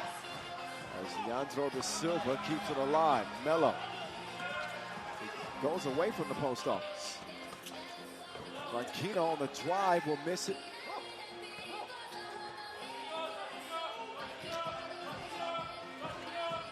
Allende. Turnaround jumper. Not enough. Uh-oh. Help. Help. Never mind. Melo will miss it. A 1 foot fader over Gonzalez. You'd like to see him get closer here. And that's, yeah, it's those type of plays that end up making a difference. Late in games, Melo's got to make the decision to go through the chest of Gonzalez rather than going to a fadeaway. Oh, yes.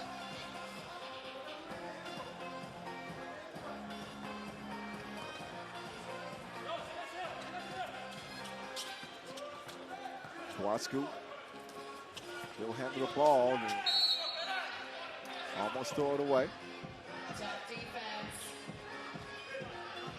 3.5 ticks to shoot. BG in possession. Gonzalez contested well. And Brazil will take over after a media timeout. A 4-3 lead for Puerto Rico in the early goings of our second men's contest of the day. Puerto Rico is clearly adjusting to life without Antonio Arlot here. Look, that's a 10-point-per-game scorer last year at the World Cup that you've lost. That is not here, and that you've got to try to make up for on offense. That's 50% of a 3x3 game that you've lost.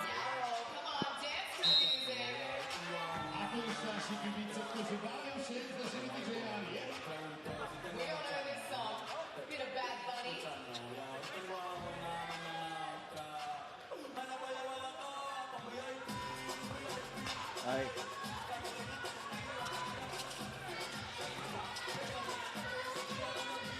Down low. Melo. Oh. Sticks with it.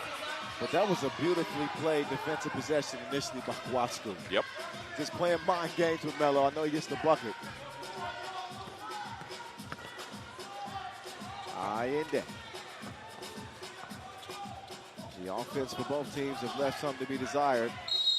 Look at the way Melo's carving out space in the paint. It's interesting. He is so wide of frame. He is so strong. He can just walk you backwards and clear out their entire paint for himself. I would love to see a one-on-one in the post between Melo and Dabasambu. Oh, my goodness. Can you imagine? Yes. Don't make me happy with this kind of stuff. Oh, man, that would be crazy.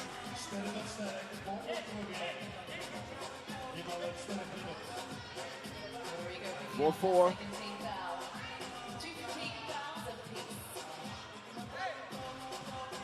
Looking like this was going to be a low-scoring affair. Without some of the firepower that Puerto Rico normally has. Brazil will assume a 1-point lead for now. Martinez, he finds himself by himself. And the weatherman will miss. 2 was not in the forecast. Kwasku gathers himself.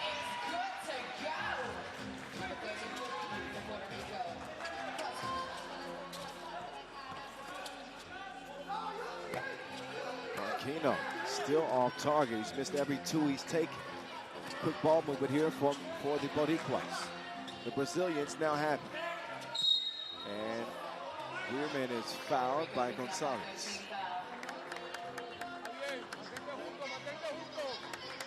Coach Pedro trying to inspire his team.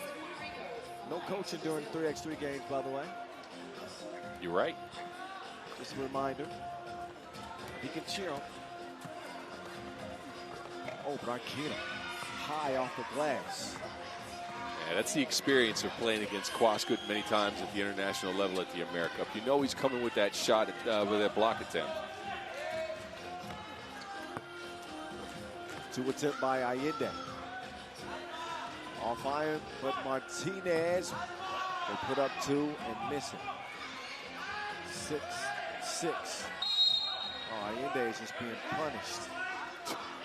And he gets a foul called on him. He gets called for the foul as he picks himself up off the ground.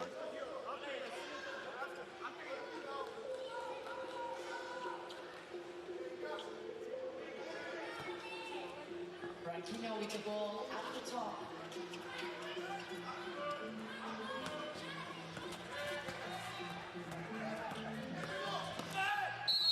Oh, Branquino. To the bucket, doesn't get the shot, but He'll draw the foul. the fouls. He's going to head to the free throw line. The 5th on Puerto Rico. Branquino for Brazil.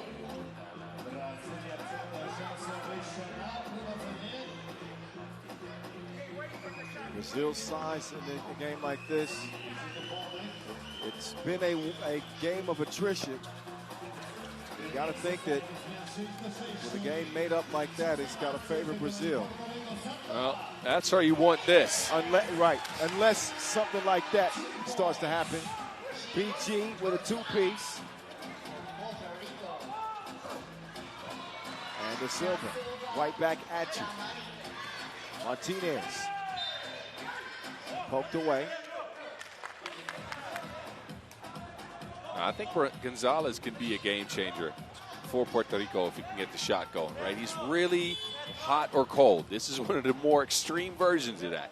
You can see him go 0 for 8, and you can see him go 5 for 5 from 2. But if he finds the 2 ball and he just knocked one down, that is going to be a winning formula for Puerto Rico against the Brazilian size and physicality. There he goes. He's got another look, and that one is also going through the bottom of the net.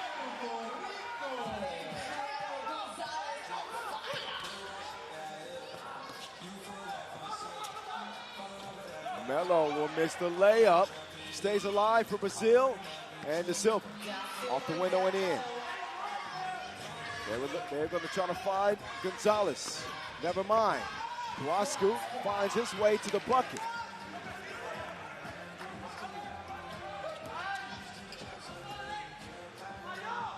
Da Silva shooter. So Da Silva, a reluctant long-range shooter normally, he decides to take advantage of his opportunity wide open. Da Silva played in the Pro Circuit Challenger last week in Brazil and knocked down 43% of his long-range shots. So I guess that's something that's been added to the bag now. Well, he takes a little bit of the shine away from Gonzalez, who's hit his last couple of twos for Puerto Rico. Their lead now down to 1. And the game as well, only inherited at 1 point the difference. Anyone's for the taking.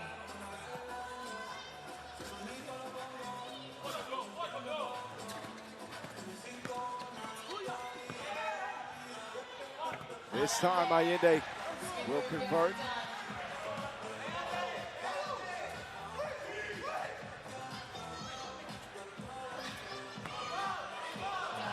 Da Silva, he's heating up for Brazil.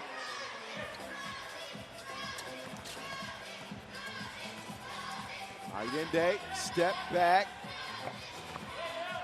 to a short, kept alive. Martinez to LA. LA to Luku.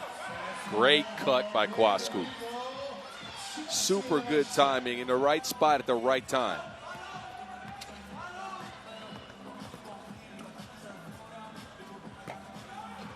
Not much creativity in either team's offensive approach.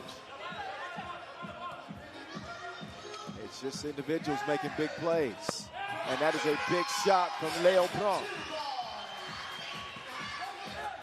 Wasco cruises to the crib. Another tight one here in the men's competition. Martinez trying to sell a foul. Instead, he gets called for the foul. And credits to Martinez for getting in the way of Branquinho as he was getting to the basket. It's another brute force, big individual for Brazil. Martinez was called for that foul, right? Yes, he was. He was on the move.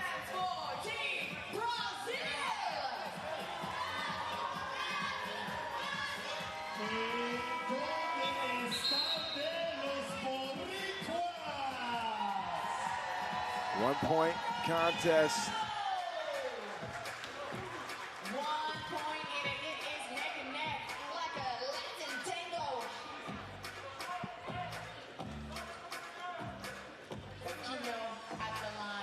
Branquinho at the line.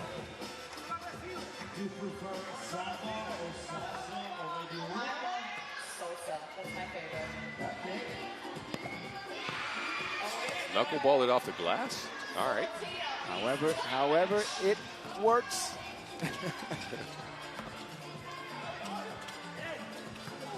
LA. Uh-oh, they're going to run out of time.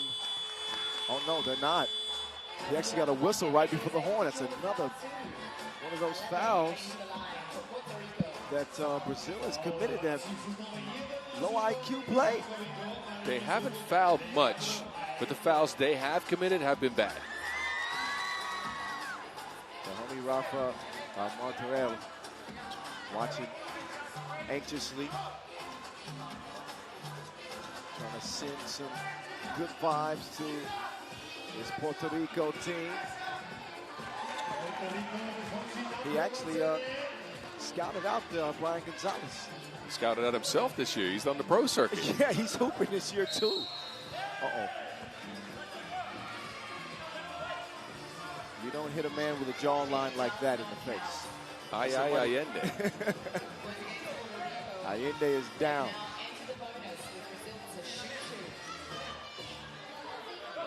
Making his way to his feet. I think there might be some blood here. Let's see. They're going to take a closer look at it, though. Oh, yeah. Oh, yeah, it is. He's got his chin or what? I think so. He's going to have to be treated, though, so he'll be out of action for now. That's a big loss for the moment. Yes. No Leandro Allende. As he'll get some medical treatment, clean up that cut he's got underneath his chin. Meantime, Branquinho at the line, he'll shoot 2. With Puerto Rico in front. Oh, Branquinho. First shot, number 6, Branquinho. Second one, it'll go. And we are deadlocked. 15 por 15. 2, no. Quick hands from Gonzalez. Brazil hasn't gotten Melo in scoring position in the last minute and a half, 2 minutes of action. Wow, I think he's running low on gas. Yep. Yeah, he's looking fatigued. Allende is back.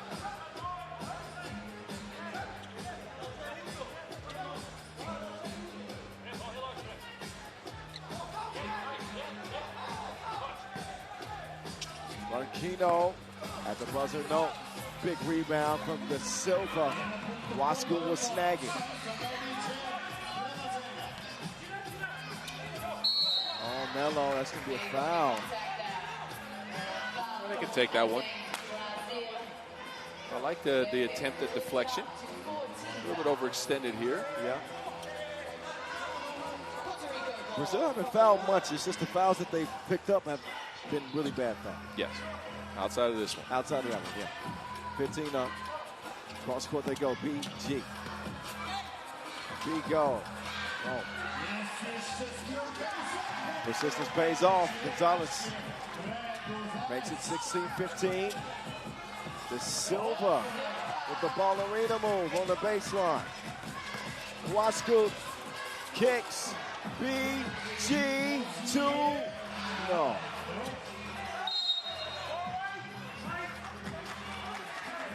Could be white ball. So, yeah, apparently Weirman was trying to save it. It deflects off of Gonzalez and then actually ends up hitting Weirman. 16 apiece, maybe we'll get overtime.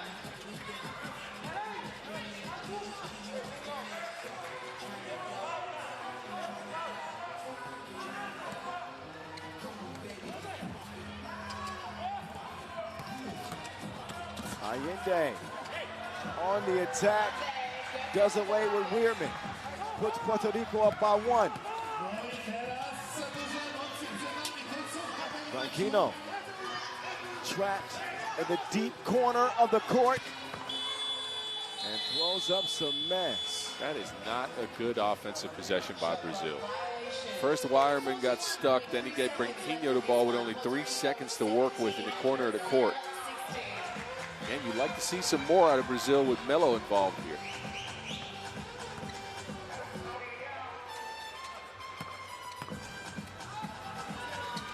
.37 seconds to go. Allende.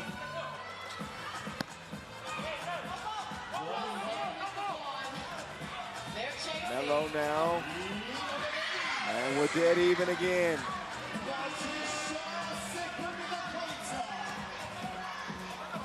They'll give it to Gonzalez. Smart foul. Really smart foul. Yep. Gonzalez had a pass there into a layup. And they nearly forced a jump ball. But the decision is a foul. 5 seconds separate the game clock and the shot clock at a 17-17 tie. 17 seconds, 17 apiece. Who is gonna pull away in this one?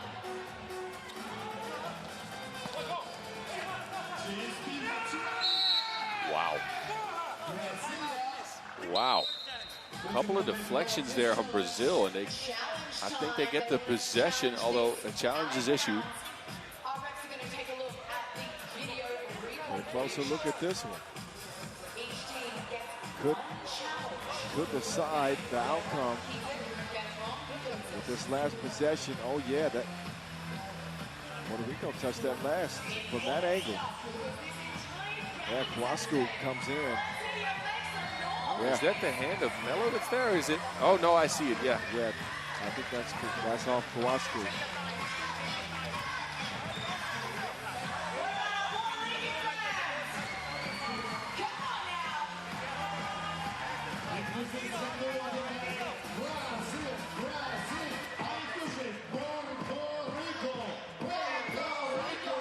Nail biter. That it is.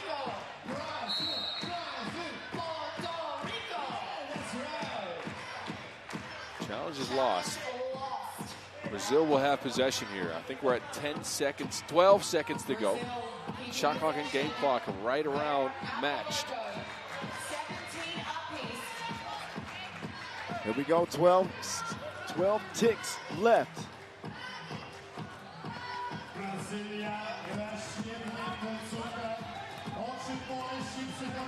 Ronquillo taking his time.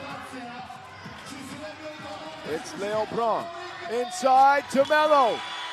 And we're going to go to overtime. Waskud with a great contest there.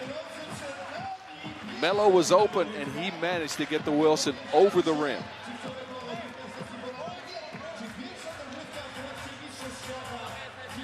Always seems to be a thriller when Puerto Rico are playing the game. Got to think that they'll be looking for Brian Gonzalez. That's exactly who you're looking for here. Here in OT. Puerto Rico, however, are in the penalty defensively. So they want to make the most of this first possession.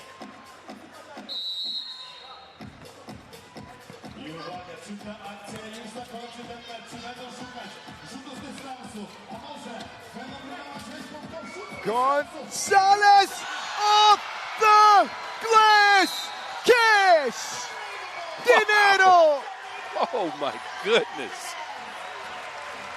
Puerto Rico winning in OT.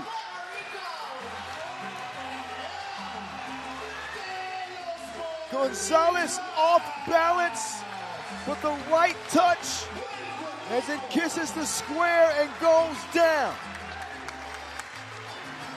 That is just ridiculous. How did he even see the hoop from that angle?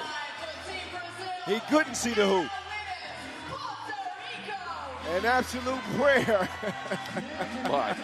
is answered. Whoa. OT thriller. Way to play, way to play. Way to play, way to play. Wowzers, man. That was special. That was special. Great game for both teams, but Gonzalez, man, that was a Scotch bonnet pepper he threw up there. Flame balls. Man, you know what? You had the feeling that Puerto Rico was going to have to win that game on the opening possession. They had the foul issues. You know that Brazil were going to feed it inside, and Gonzalez drills it. That's that for that. We'll step aside for a quick entertainment break, and then we'll resume the women's competition.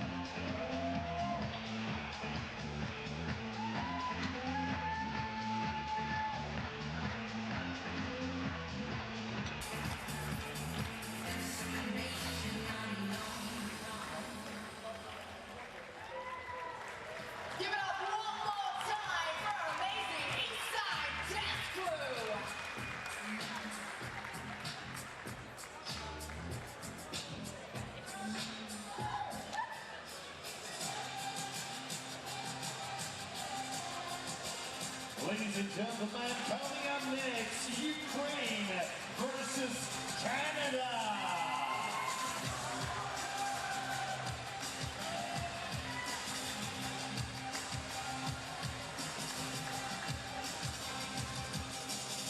Please welcome Team Ukraine.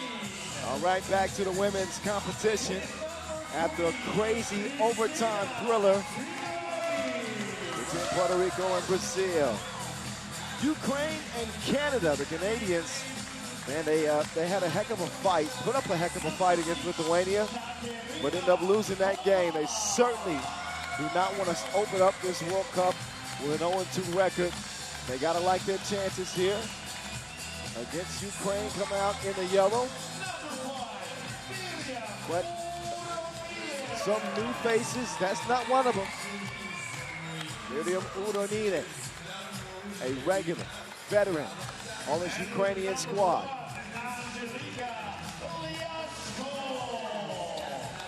And the dangerous guard play of Angelika Liashko.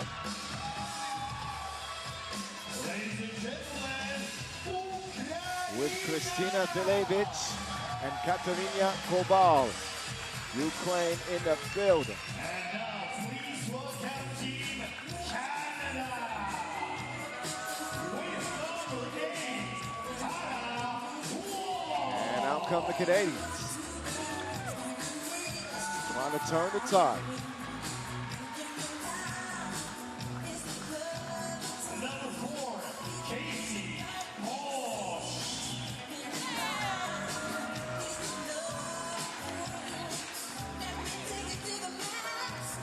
Number 2, Catherine Wong. Catherine Proof joining the crew. And number 7, Paige. And the lead score from game 1, Paige Crozen. Not to forget Tara Wallach. Make some noise for Team Canada. A Ukraine team that will certainly try to set the tone defensively. And a Canadian team known to be very polite. I expect to see them a little bit more aggressive, have a mean streak potentially in this one. They're going to need to. Because Ukraine are physical. Ukraine are physical. They were pretty competitive last year. Struggled to score, but they kept up with the defense for sure. And Canada need to win badly. 0-2 is not a death sentence. Not the way this pool's played out. You're right. But I think that it would certainly be a mental block for Canada to overcome as one of the favorites to start this tournament 0-2. You don't want that. You definitely don't want that.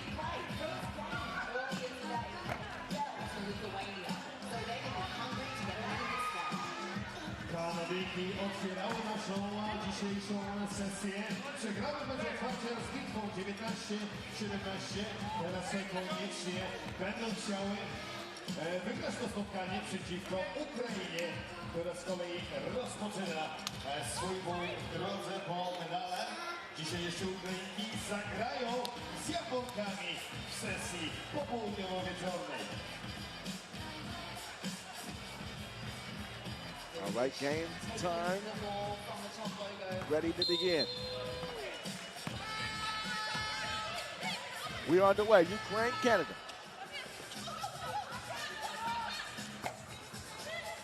Two ball off iron.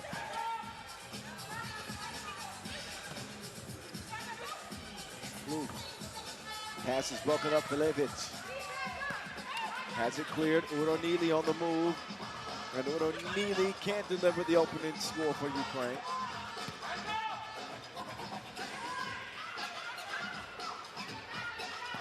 Crozen behind the back.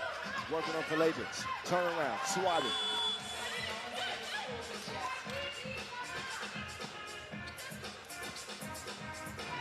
Now Filevich jab step. And Paige returns the favor.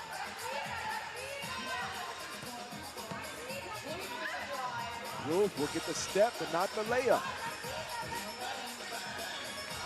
10-footer also won't go for Cat.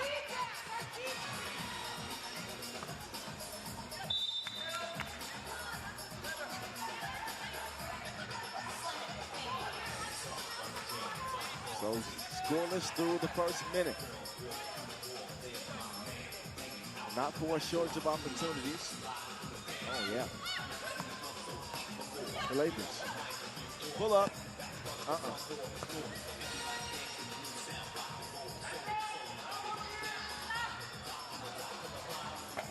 And Cat still offline from long range. Yeah, her shooting has not come around. 0 for 5 in that first game that lost to Lithuania, and another miss here.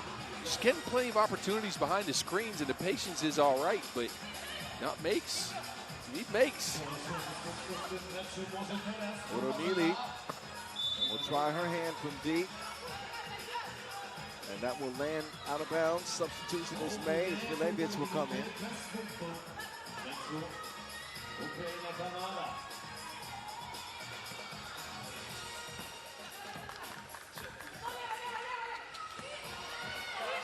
Time. Cat finds the cutting box.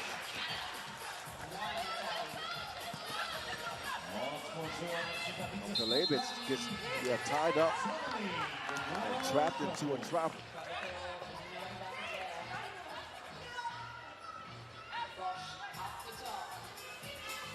I'm looking at Canada to see if they can actually get on the boards, in the sense that against Lithuania in that loss to open up the day, they lost the rebounding battle.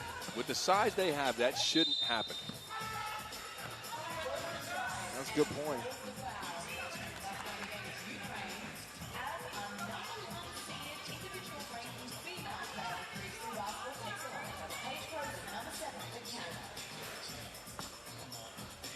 Frozen. Nothing to hang her head about game one. Pace came to play. Well, she had 8 points, you're right. Canada's got 2. Uranidi with position inside. Uranidi. Kiss off the glass. Miriam.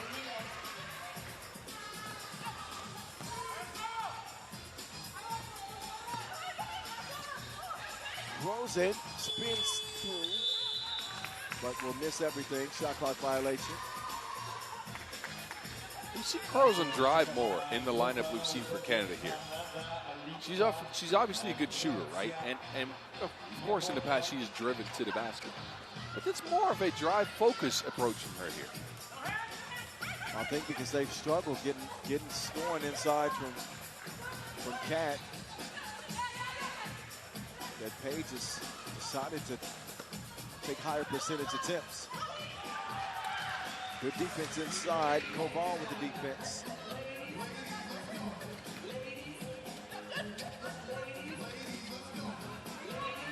Yasko's pass taken. Extra pass made. Roof on a setup. Wallach with the score. Yeah, that was H2O. Water and chemistry.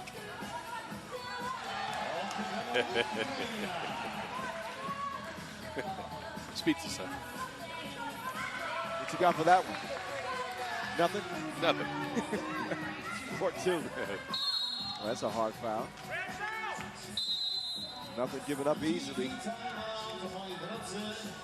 As we head to a TV timeout, Canada with a 4-2 advantage. They are favored in this matchup for sure.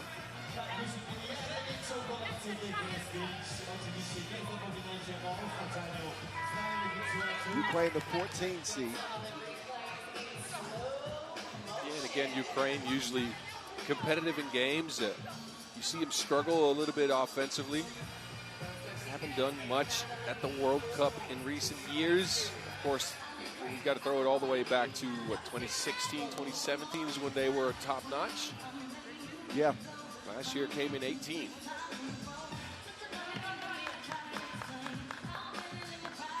KK at the stripe. Left it short, but comes back to her, only to give it back over to old Canada.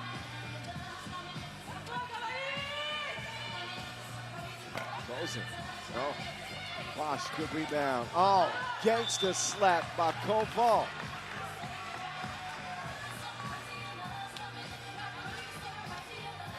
Ooh. She got the full shoulder rotation on that one. Oh, yeah, for sure.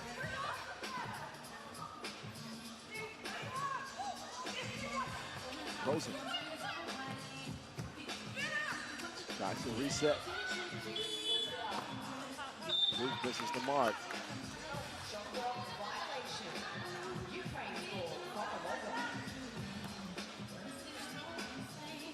3.5 minutes in. And while Canada leads, still has not been the sharpest of starts. Milojevic will make the move. No, I agree. Will the real Canada please stand up? We've not seen the best of them. No, the past couple of seasons, it's been a struggle. And trying to unleash Liashko. She will fire two. That stroke was not stroking. Blue still firing bricks.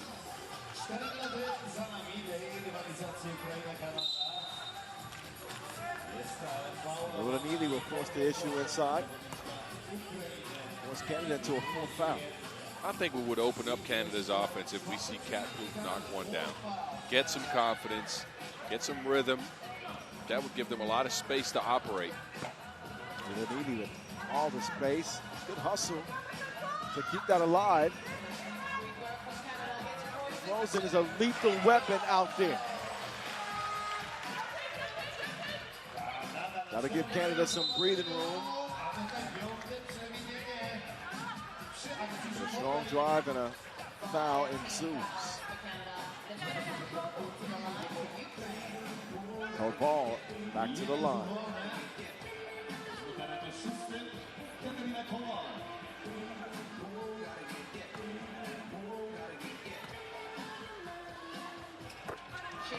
Nothing but you know what. 2-ball corner.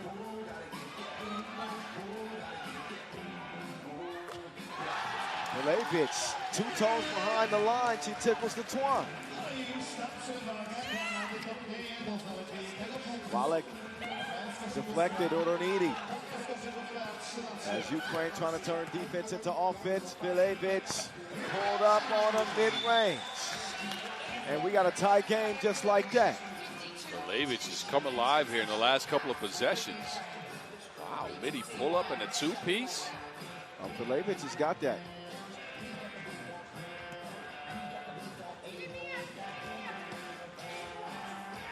Does Bosch have this? No, but they have the offensive rebound. Paige got away with one there. She tossed it to herself. That was a weird play. Yeah. Milojevic from the logo this time. That was a heat check if I ever seen one.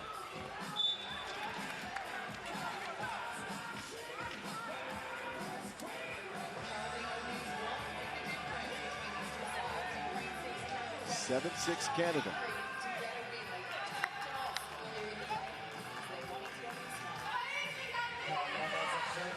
Bosch all alone now. She's got reservations for 2.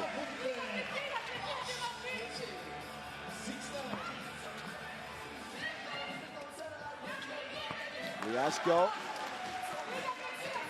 9-7. Wallach on the baseline. Wallach. Contact underneath. Shooting foul. Tara Wallach, the new add to Canada's roster for this World Cup.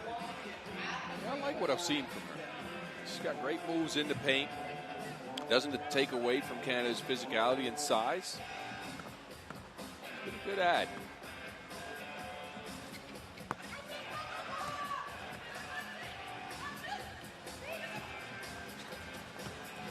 Couldn't add to the point total right there. Or here.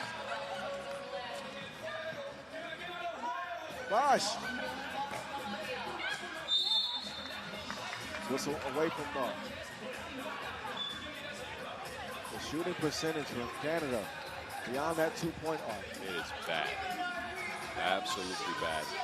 In that first game they played, they were 2 for 13. So far in this game, I think Bosch knocked one down. Bosch hit one. And Paige hit one. Okay. Outside of that, though, Again, I don't think you expect Tara Wallach to start knocking down twos, but No. Kat Plouffe, yes.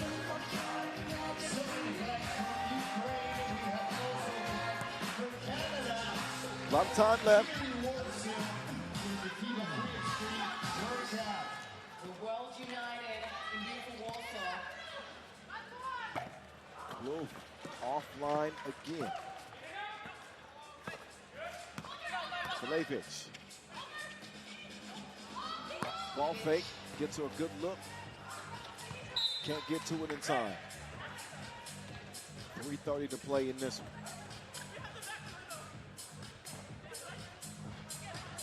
What I've missed from Canada is what you usually see from them when they operate at a high level, not offensively, but the deflections on the defensive end have been missing.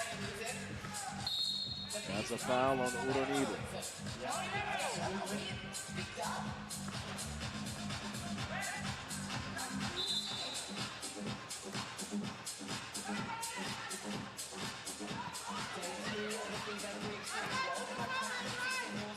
Here comes Canada. Cat gives Wallach a look to do that. Now,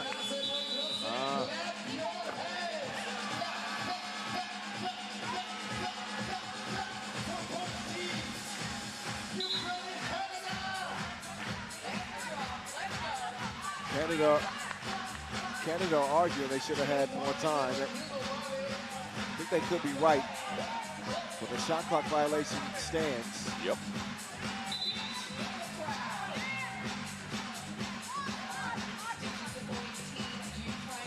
All yellow, Ukraine. Liashko is fouled. No argument from Casey. She says, I'm sorry about that. My bad. Yeah, but not to harp on Canada, but add this to the list of mental mistakes that we've seen from them today. They've not been as sharp, as focused as you'd like them to be coming into an event like this. Liashko, the most experienced member of this Ukrainian team when it comes to international caps, believe it or not, with 53, and she's only 25 years old. That means she's pretty damn good. Bosch to the cup. With the foul, she'll head to the strike. This is the rare Casey Bosch scoring game. She's up to what, 4 now? 5. Lead the way. Every time she does this, you want more of it. When she's a weapon out there, Canada is that much more dangerous.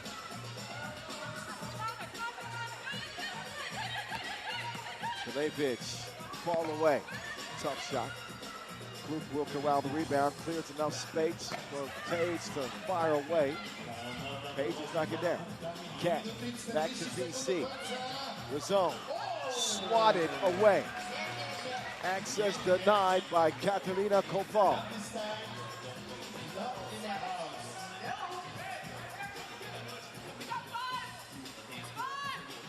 Ukraine might be one of the only teams to match Canada size-wise with Koval down there.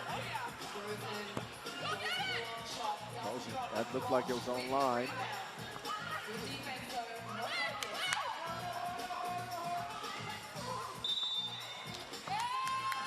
I agree, the key is the call. Yeah. Credit Casey Bosch, the effort defensively. That's always there with her. Yes. Bosch Spice providing the energy for the Canadians. Her team in desperate need of a spark. It's sent back to her, and she will have to throw that up late in the shot clock. She will take a rest as her team lead by 2.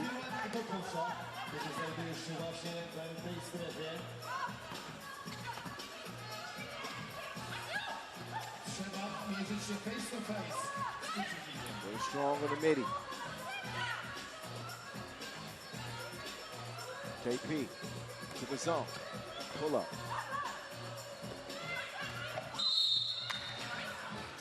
risky. Not a bad foul, but Ukraine better be careful with that 6 now. Both teams with 6.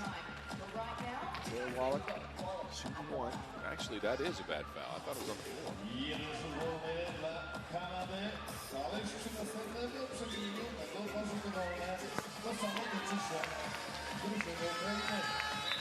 To make matters worse, Wallach hits the free throw and then Ukraine throw it away. Whoops.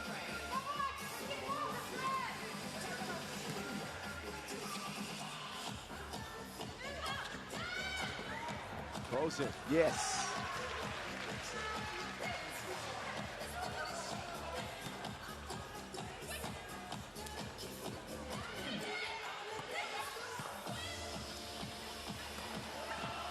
Throws it with a fake. That left court ball frozen. And another turnover by Ukraine. Their recognition of the post-up opportunities has not been sharp. It's taken them 1-2 extra seconds, which leads to now again a 3-second violation and a turnover. Things have unraveled quickly for Ukraine. Canada sees an opportunity.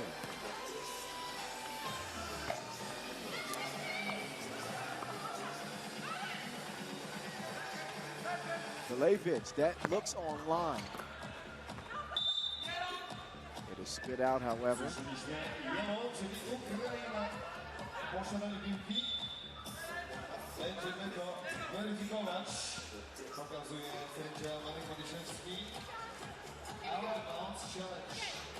Got an out-of-bounds challenge here.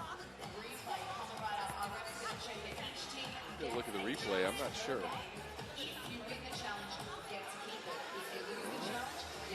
I can't tell from this angle, man, but look, I'm no referee. Evidence has to be conclusive. What do you think, Kyle? I don't think there's anything conclusive about that angle. Nope. Challenge lost.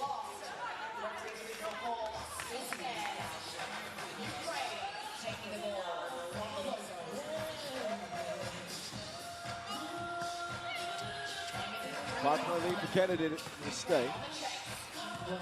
The Astro whipping it. It is deflected and stolen.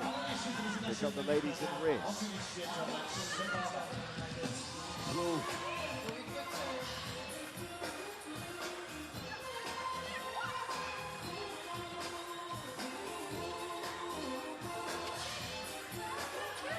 That one deflected.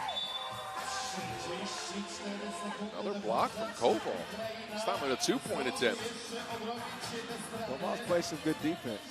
It's the Ukrainian offense that has left something to be desired. Yeah, so you're right. Oh, Bilibili. Offensive foul called. She got those elbows swinging. Let's try to keep Casey Bosch blood free. Oh, please. This World Cup, no cuts.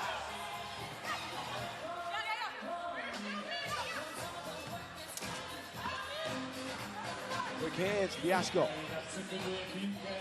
Now Udonili, great inside position. 2-possession lead for Canada. Closing.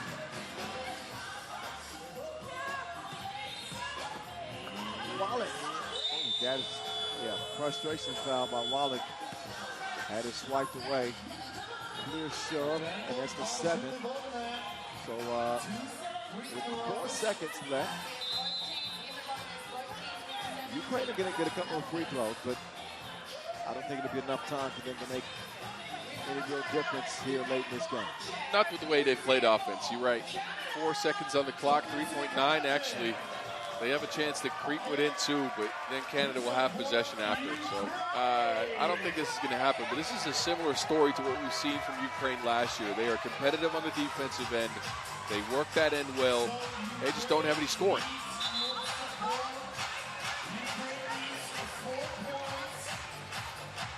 Thinking about it, I wish I could give you their best action on the court, but I can't think of it.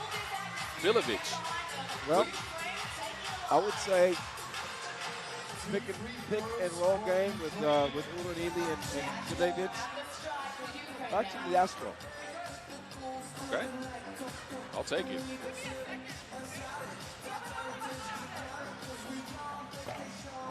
Rico won't fall.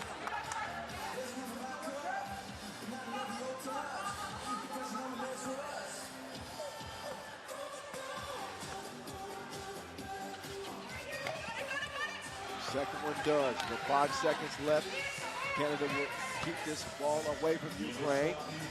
Bozen will heave one up at the horn, and it is the win that Canada needed. Still some things to work out. Oh, yeah. Especially on the shooting side, but it is a W for top-ranked Canada. This is a start to building some confidence for the Canadian ladies. They didn't play bad against Lithuania per se. This game was a struggle. They got the job done here. There's always day two. That's the beauty of a World Cup. You get a day of rest, a day to retool, tweak, I'll do all the things you want to do, and then come back even sharper and stronger. Well, we'll see how Lithuania come back after their 2-point win over Canada to start today. France in need of a win after falling to Japan. Those two will tangle next at Women's Pool D action from Warsaw.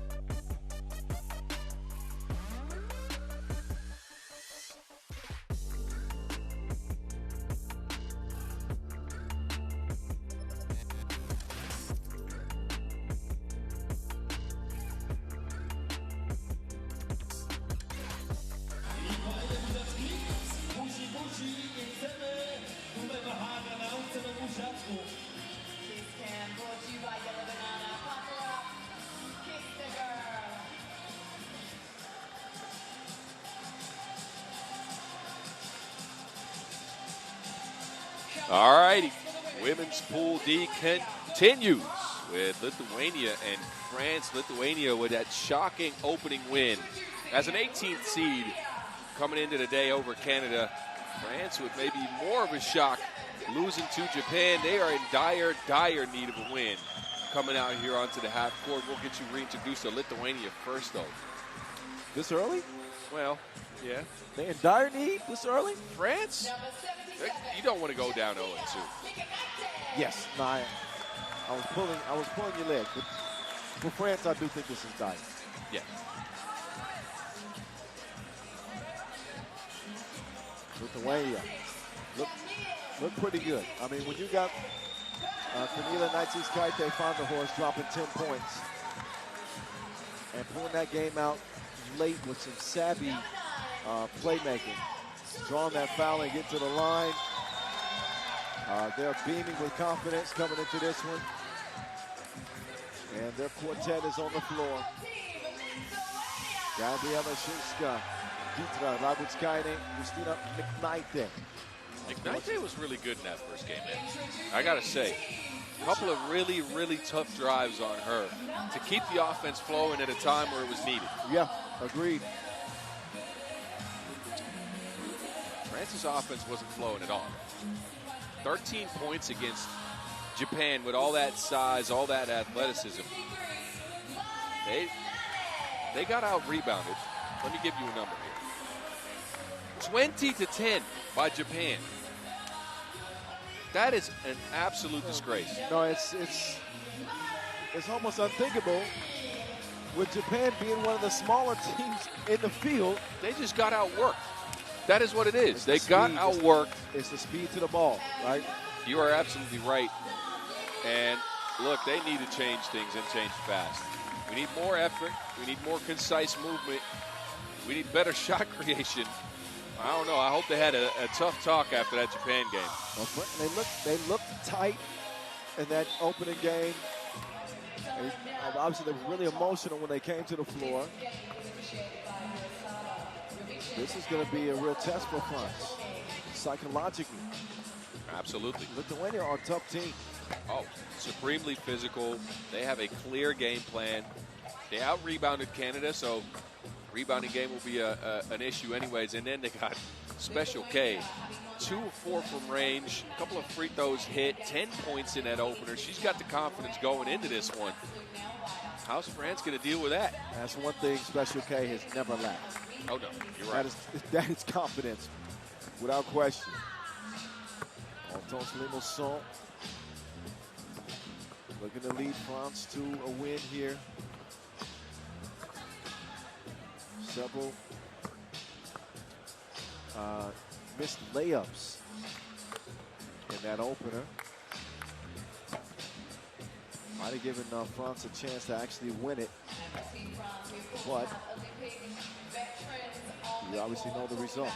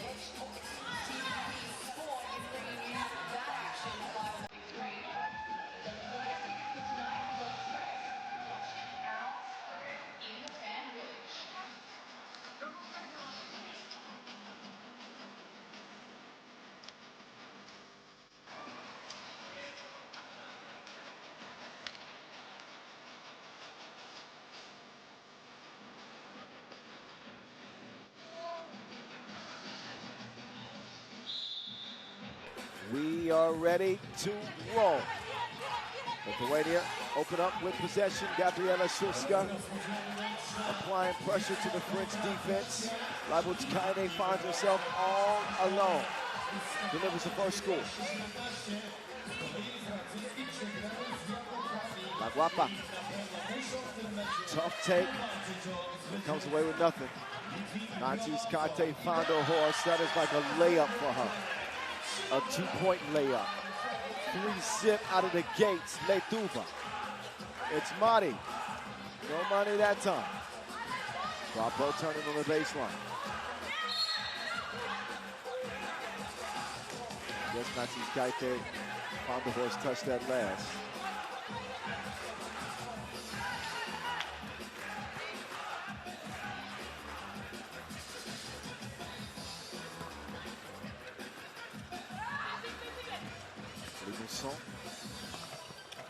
Lost it up. Soft touch. She is an incredible driver, man. Led the women's pro circuit in drives to the basket last year. And she's crafty finishing around the rim, too, but she is undersized. So she has to avoid long arms, shot blockers, and everything. McKnight. She does her share of driving, too. Hers ends with a trip to the line, but no bucket to speak of. Limonson decides to reroute. Philippi to Mari. Mari. Money. No. Wow. McKnight sent to the ground. Philippi had seen enough.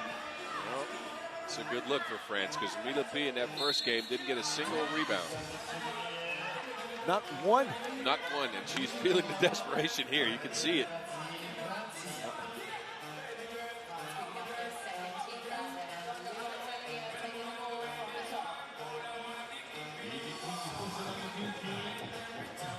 To Special K. Guapo called for that foul.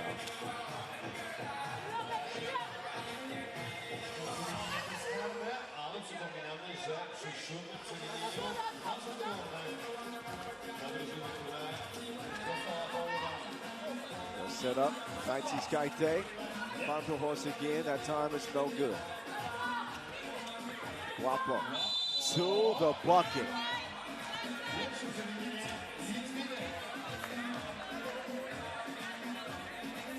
Dante whistle for the foul, and she'll check out.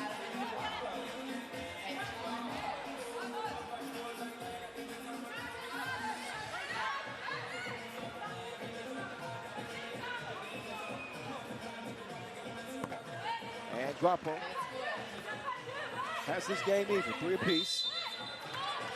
Foul blue.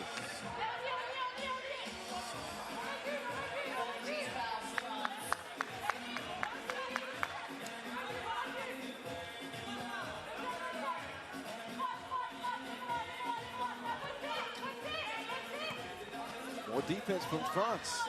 Stolen, but deflected back to Shilskin. So they are punished for playing good defense. Kind of, yes. It's an unfortunate bounce that lands in Shilskin's hands. Unfortunate for France, that is.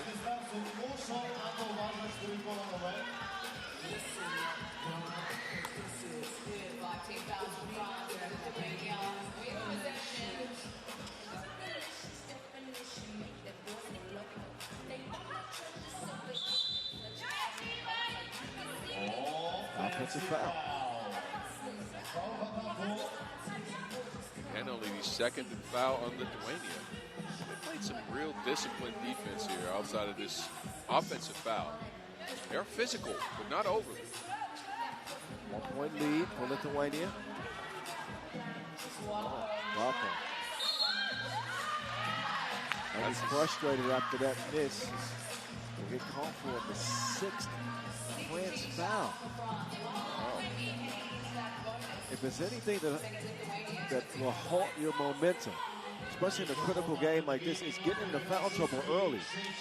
Yeah, and imagine not being able to match the physicality of this Lithuanian team, because now if you do, you might get a couple of free throws shot on you. Limassol still doing our best, playing the passing lanes. Bilibili. Oh, that's just textbook defense. No access. Labutskaide now sets the screen and is rewarded for the defense he played with a little scoop. Madi, show me the money. Finally, she'll hit a 2. Much needed. Much needed for Mane, who's been quiet today so far. Labutskaide with a wild attempt. 6-6.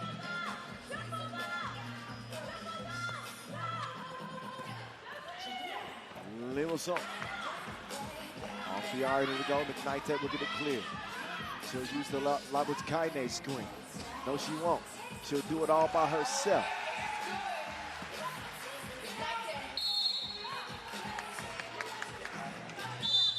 Lithuania's third, meantime. Silska called for the reach-in as we get to a media timeout. McKnight has really impressed me today with her driving. When she goes to her right hand, she almost always gets into a good position to score. We've also seen more from Mane here in this one. 3 points in that opening game from her. But she's been good with that 2-ball driving to the basket as well. And France need her to be a creator. If she is passive, if she is not creating her own shot or looking at other players to get their shot, it's tough for France because she can break down a defense.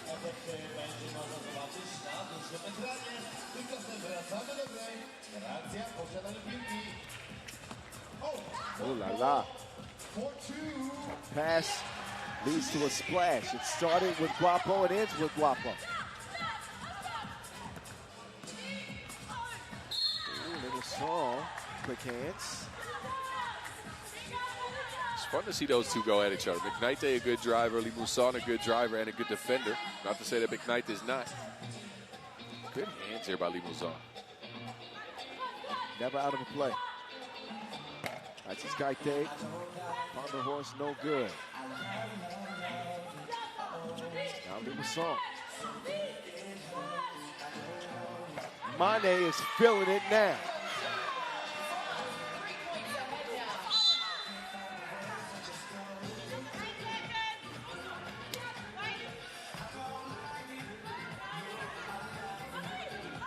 Another look at Madi Mane.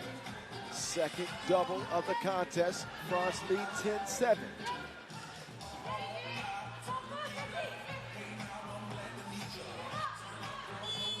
Shilska. Does not touch anything. The Blue showing some life as Guapo gets in on the action. They lead it by 4.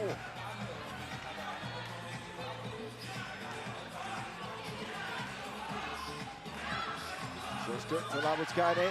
Tries to get it back to Shilska, but they'll run out of time again. Couple of shot clock violations for Lithuania. The French defense has done a good job keeping them at bay. Especially Mane, getting a hand in the passing lane, deflecting it. And now Blue have the rock. Limousin through the contact is going to go. Wow. Nice Kaite, no, McKnight can't get to it. Should be called for another foul.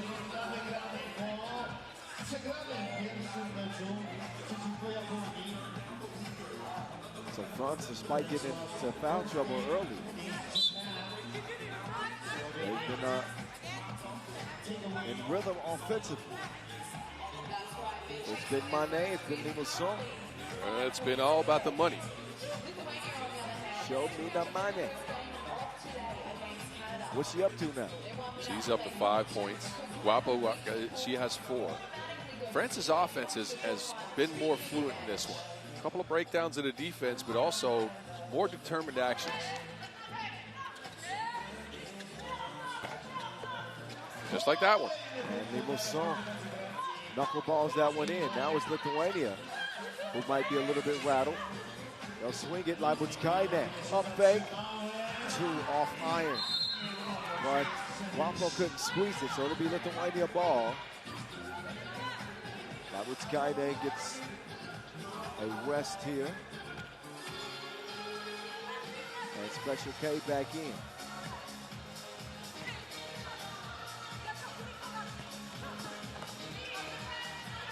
Oh, wow. Shilska got plowed over that time. She'll get a couple of free throws out of this, too. Yes, it's the 7th on France. Lithuania to the free throw line.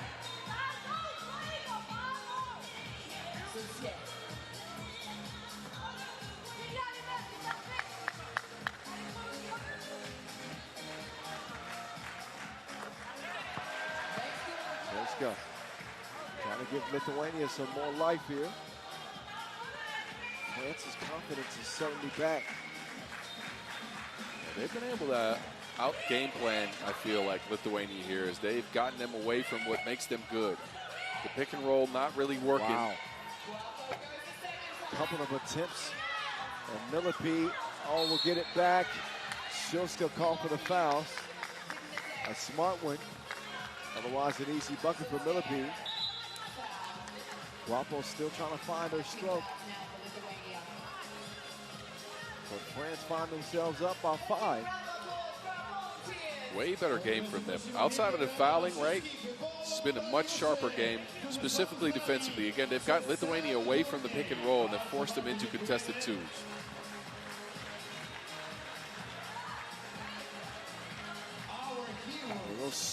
Not that time.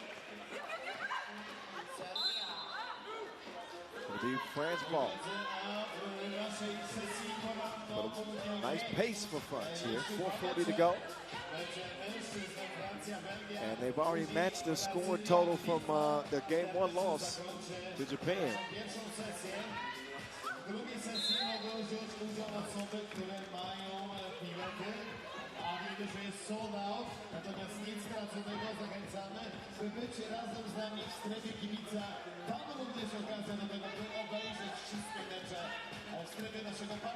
Crossover. Limousin with some bag work.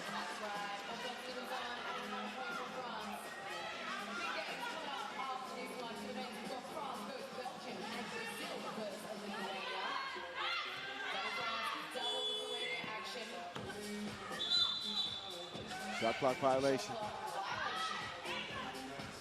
Without that outside threat, Lithuania's offense has been very disjointed here. A lot of difficult attempts against the France athleticism. Kamil Nachiskaite van der Horst had 2 points so far after dropping 10 in that opening win over Canada. So a lot of time left. The momentum arrow is pointed in France's direction. That pass pinpointed to Guapo. Mane is doing it all. Defense, scoring, assisting. 7:45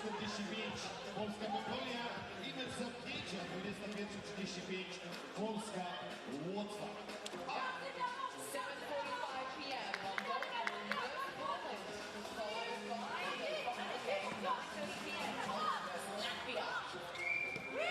Latvia. They found the horse, can't get it to fall. And the frustration beginning to show for Lithuania. They have now picked up a 6th foul.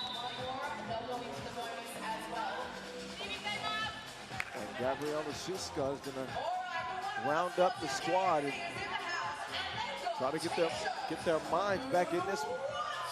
All right. What you saw in that last play for Lithuania, where they actually got a good pick and roll going, is France coming in off of the weak side to make that a difficult fadeaway 1-foot shot instead of a layup. That's the way they play defense. They've not been afraid to come in out of the help side and you force Lithuania to either pass to the outside to a shooter they don't want to shoot maybe, or make some difficult attempts. Been a difficult game for Lithuania. France trying to make it a little bit harder on them. Bilibili misses. Guapo gets a hand up, or hand on it. Guapo races to the baseline, won't fall out with Shinai. Setting up. Scotty found to a horse for that. Shot has not been falling in this game, that's for sure. Guapo lost the handle on it. Quick clear by Letuva. China should be an easy bucket. It is.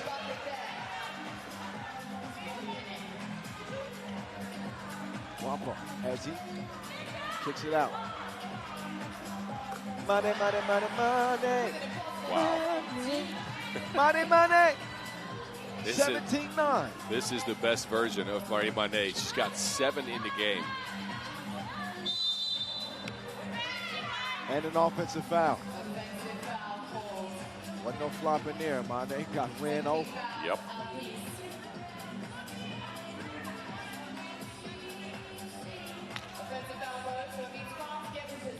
You want to talk about a bounce back performance. France is getting to it. This is exactly what they needed.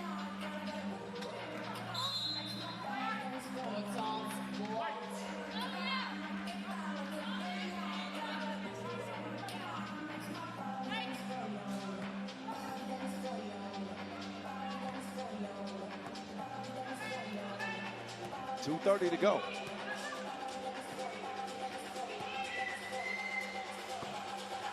It's going to take a miracle for Lithuania in a game like this. With the way Camille's been playing, she's gotten a lot of open looks, hasn't knocked them down, and that's the one miracle you can maybe hope for, is for her to get hot in the last 2 minutes and 22 seconds. A couple of free throws here might get her back on track.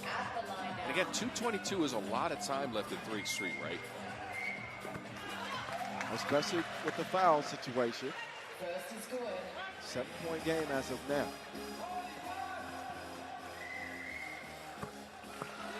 Make that a 6-point game. Limusson, non-stop. From the opening check ball, she's been getting to it.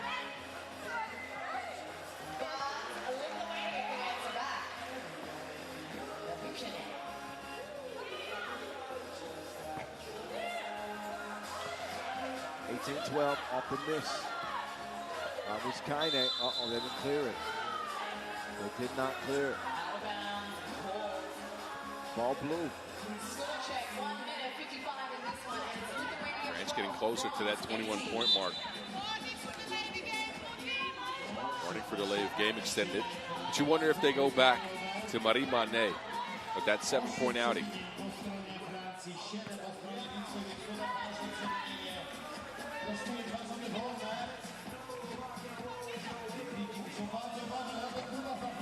Guapo's shot has not been going, but this is young lady by the name of Marie Manet. She has come to the rescue for Le Bleu. 19-12, they lead largely because of her.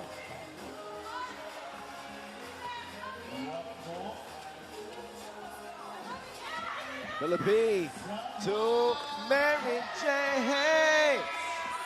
She was firing it up. Mary. France win it.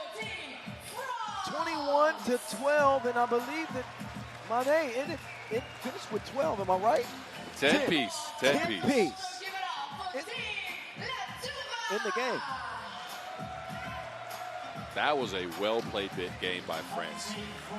Manet with 10 helps a lot, but I got to give them credit for their defense, the rebounding effort we saw from them. This is exactly what they needed after that flat performance that they came out with to start the day. That is now 6 games in the books, 14 more to go. We'll see the French men for the first time. Coming up next, in fact, as they will face off with Belgium.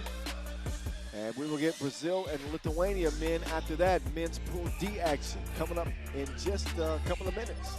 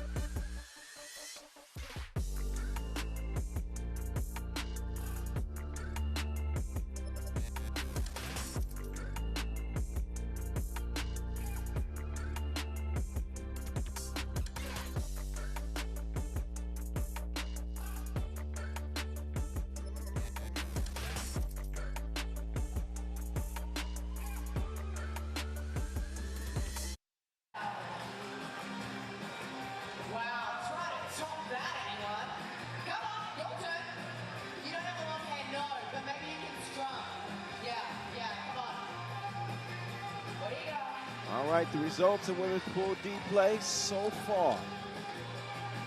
Lithuania fall flat against France in the most recent contest. Canada bounced back after a bad start. Japan looking good. The only undefeated team still remaining in the group so far. And we'll again see them back in action later as we'll start the second session of Japan and Ukraine women. The next order of business, the men's tournament. France and Belgium. Maybe the French men will be inspired by what the French ladies just did. They too have their questions coming into this World Cup. And Belgium in need of a response game after falling to Lithuania. Absolutely right. Belgium, they need a response. They need to find the two-point stroke mainly. They shot 0 for 7. This is a team with prolific shooters. But they go up against the French side. That's interesting because they take 2 players out of 1 pro team, right? Bordeaux with Monceau and Villarreal who now come out. And they take 2 other players out of Toulouse and they mix and match. I think it gives them a little bit more rebounding and a little bit more shot making. You wonder about the defense maybe. But an interesting mix of fellas, that is for sure. Can this be the French squad to do it? Well, I like Monceau for his toughness and athleticism.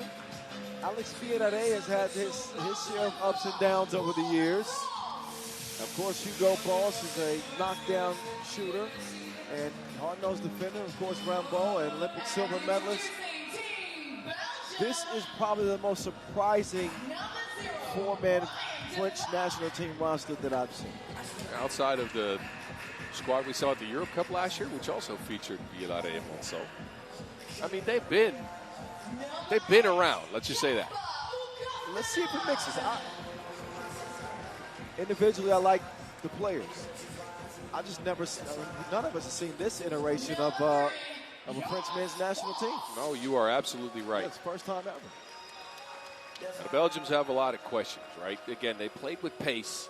They got a bunch of open looks early in the game against Lithuania. 0 for 7, and then they stopped shooting twos, and that doesn't help. The only question for Belgium is, can they make a shot from outside? Somebody outside of Dennis Donker. Donker was actually forced to drive right though in that goal. He had 7 points. I like that. 6 of 8 from 1. 0 of 3 from 2. For Dennis the Menace? He hit his first one. Nope. No one hit one. So, look, again, the question does become, can they knock down shots? And I'm looking at Jonas Forss. They need to get him open. They need to get him some looks. He's a gifted scorer and a gifted passer. He showed out the passing. Now to get the scoring going. Rambo for the French. We'll see him featured in a ton of pick and rolls, right? Not only does he have Hugo Suhard now to set him up, he also has Alex Villarreal to get him going. This is a guy that's played well on the pro circuit this year, specifically as of late. Yep. When his team Toulouse came into second place at the Hamburg Challenger. And we saw a lot of that surgicalness that we're so used to seeing from him and Suhard operating out of the pick and roll, right? Suhard, you got to respect his shot. So a lot of teams, they play a drop coverage. They drop below the screen, and they fight over with a defender. Well, adding Villarreal to the mix, though, force you to change your defensive strategy if Villarreal is hitting, because he's got a similar skill set to Hugo. Yes. And look, if they can get that kind of pick and roll going with Monceau as well, by the way, well, you better watch out for this French squad.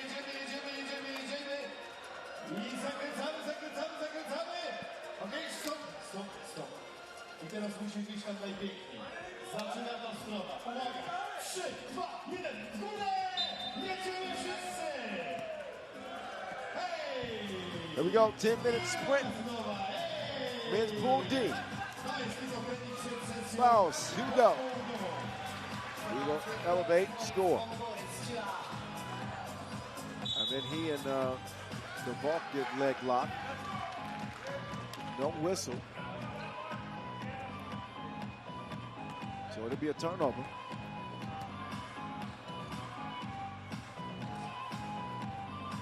Both sets up Monceau. Monceau to Villarreal. Contested shot. Off the mark.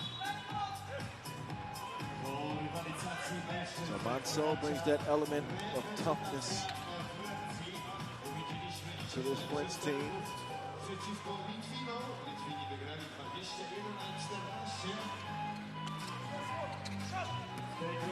Nice pass, the ball. They lay that in.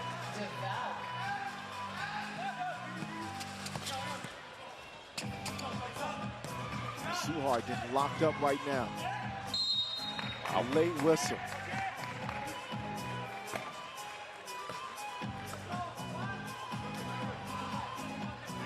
Suhard will shoot one. Forts have played good, really good defense for about 8 seconds of that possession.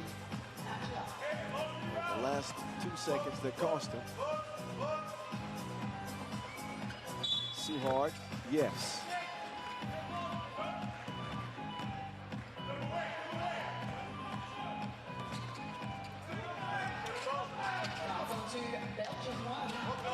Goes to Logo Joe. Logo Joe has it intercepted. Oh, a heck of a collision between Rambo and Forts.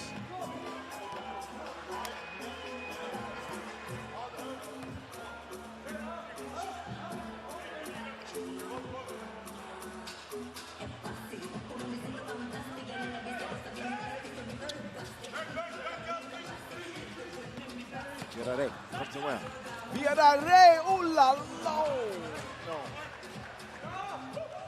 That was an incredible entry pass. Yeah. A play almost worth talking about. Rambo hit the deck. Both teams trying to set the tone physically. Look, these teams are both super experienced, right? Not just on the national team stage, but mainly on the pro circuit stage. They know each other very, very well. And they're going to try to get physical. They're going to try to have some of these offensive plays thwarted with that physicality. Belgium, you got to be careful though. That physicality and those that came back to haunt them against Lithuania when they ran into a lot of foul trouble. Outstanding rim protection from Rambo. Monceau facilitating the offense with Hugo Suhard now. Hugo from deep out. Keeps it alive for himself. And will make good of it anyway. 3-1 France. Forts counted, plus the foul. Takes advantage of a smaller Hugo Suhard. Had him on his hip.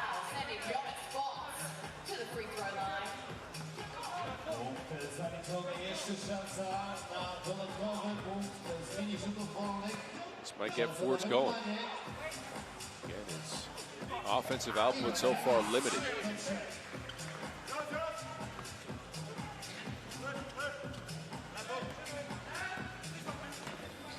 Bilibili. Oh, gotta be careful with those long arms of Augustine. It's an interesting wrinkle, though. Suhard screening for Bilibili. Okay. Interested. Suhard. Defense is locked down by Dennis. A good look. Augustine taking off and taking no prisoners.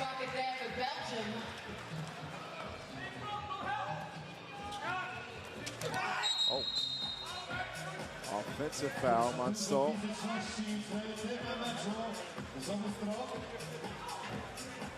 Belgium picking up their third team foul. Foul call on the floor. It's France's ball. Actually, that was against Belgium.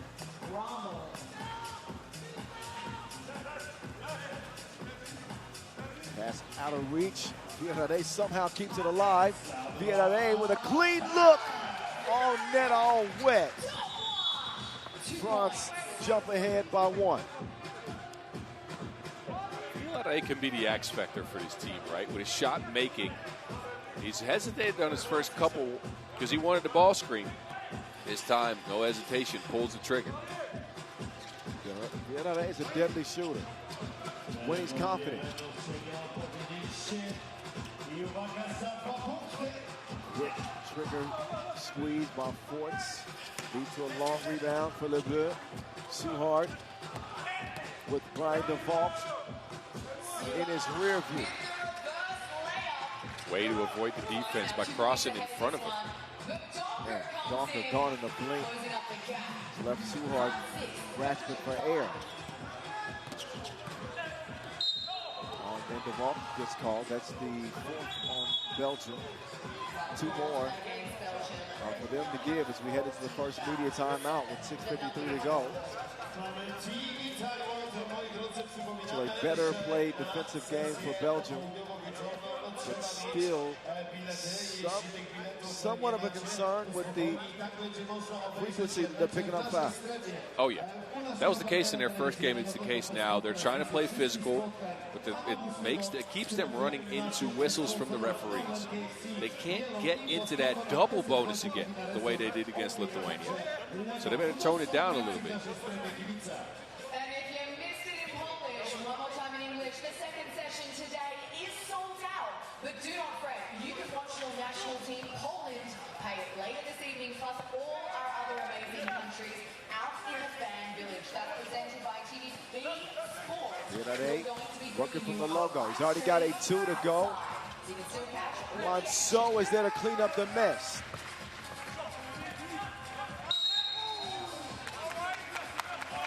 Monceau is such a versatile piece. He'll give you a little bit of everything, right? He's a good rebounder. He's a strong presence inside. He's not going to give up on defense. He's a good contester, too. I like him. Augustine featured a couple of times in that pick and slip, and it's worked in the Belgians' favor. This has not. They run into another whistle. Defense has got to be more disciplined. But Belgium will continue to handicap themselves. With a 5th foul now. Leaves him with just a foul to give. Virare. The whip leads to Lele. 2 points difference. France 8. A 2-point lead for France. On the ball. Easy money. He's been able to get past Suhard as well as Donker. Hugo. That is what he can do. He is a hired gunman. An assassin from D. 10-7. How about the guard play of both Hugo Suhard and Alex Virare? They have combined for a couple of twos. The Belgians have none. That is the difference in the game right now. 2 of the best shooters in today's pro circuit game, in Dennis Donker and Jonas Voorts, over on the day. A little over 4 minutes into this 10-minute sprint. Donker's latest 2 attempt goes begging, and the rock goes back over to France.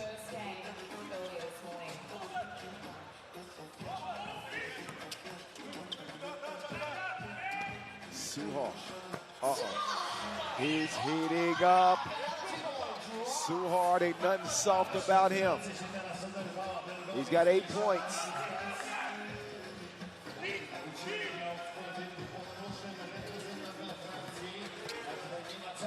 Virare misdribbles it. Oh, great defense. And the shot clock violation. 12-8 though. It's been France's game so far. And again, the threat of both the shot and the drive that Suhard and Virare have, combined with the passing, has given France a lot of room to operate on this court. We get called for an offensive foul. Yeah, that is not good. Belgium's team fouls up to 6. 1 more and they enter the bonus. Send France to the free throw line.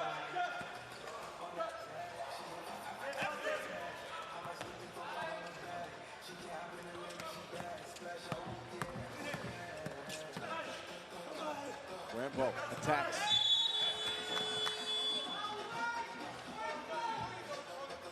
Don't see how Rambo driving like that all that often. No. He had a head full of steam.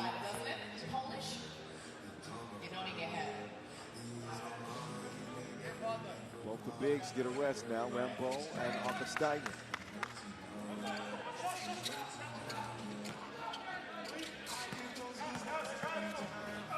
And Dawkins turns on afterburners. Virare. Don't miss that one.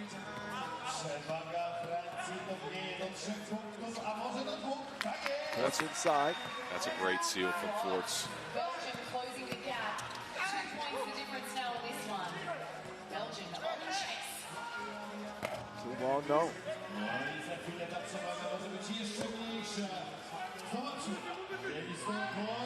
The pick and pop option. Well, I've noticed when Voorts is setting those ball screens, he's almost exclusively rolling to the bucket instead of a pick and pop. I think he has been more of a screener in today's action. Normally you see him pop, but normally you see people screen for him as well, but that's been rendered ineffective. They've switched up their approach a little bit.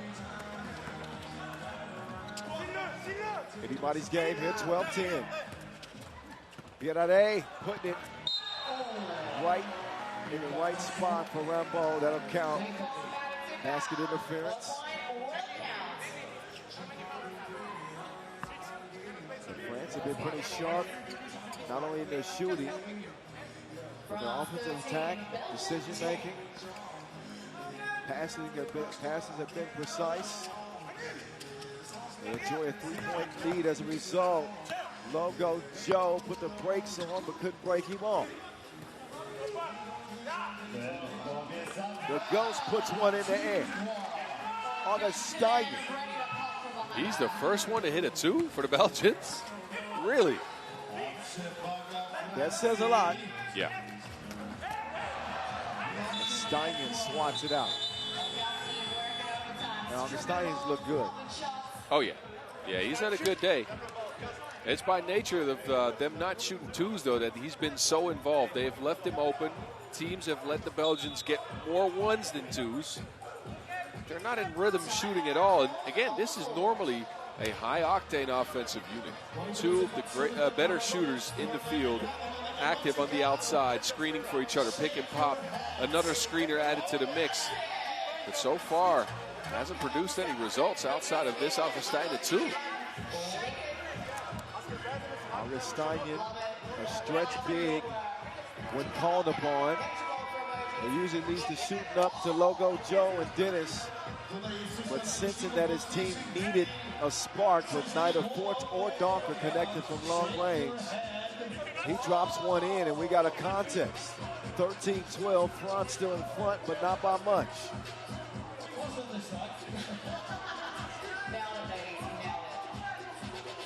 France can stabilize here after leaking some points by going back to that pick and roll. They bring out a lineup with Suhard and Villare, as well as Rambo, their best screener and roller to the basket.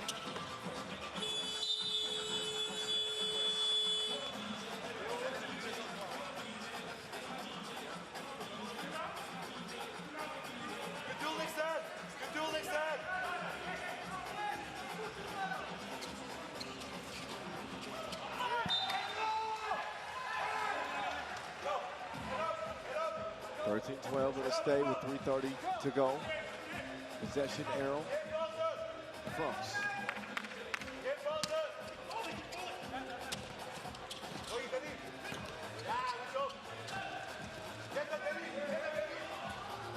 Rambo bumping and banging his way to a bucket. Oh, Donker is certainly going to get a whistle there.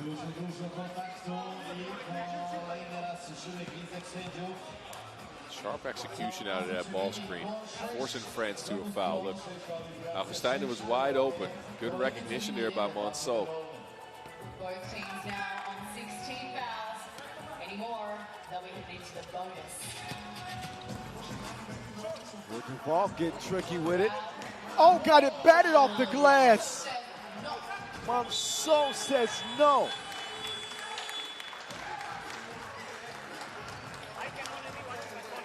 Another look at the massive block for Monceau. Guess he was doing his best Casper Augustine impression.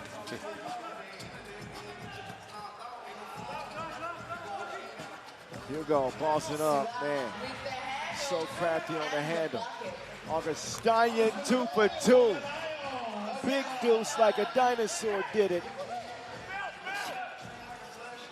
15, Okay. 14. That's a little Wayne line. Look it up. Extra pass. Logo Joe. No. Oh, it's getting crazy out there now. Oh, yeah.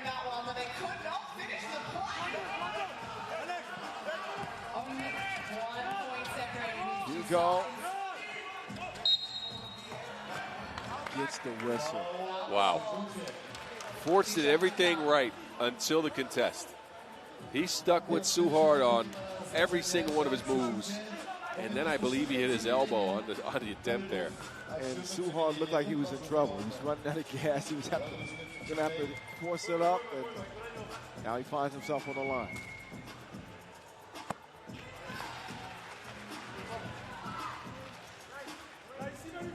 First of 2 goes. Hugo Stewart, one more to come.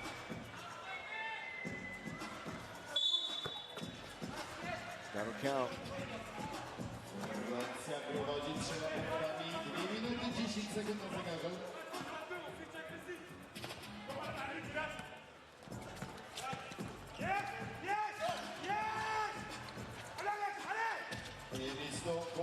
Oh, Donker, that's a smart move. Clever.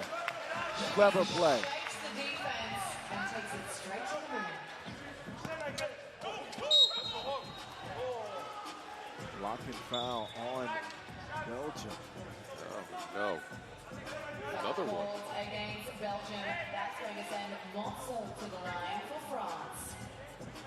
that was a smart move by Monceau because he was looking for that contact a little bit.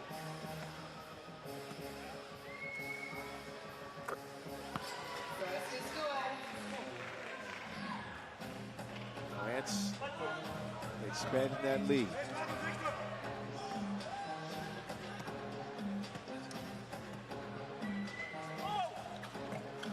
Monceau can't add to it, but he gets a big offensive rebound.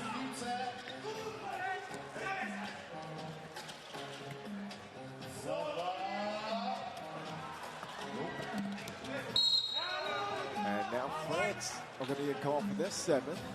There's the 17. I like the battle for the rebound, but you can't run into a 7th foul now.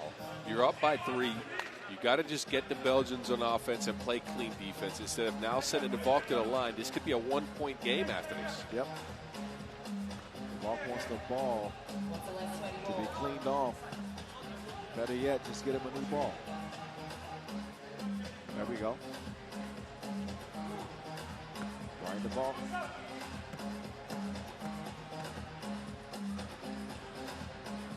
First goes. 1 possession game. Whether it becomes a 1-point game or not,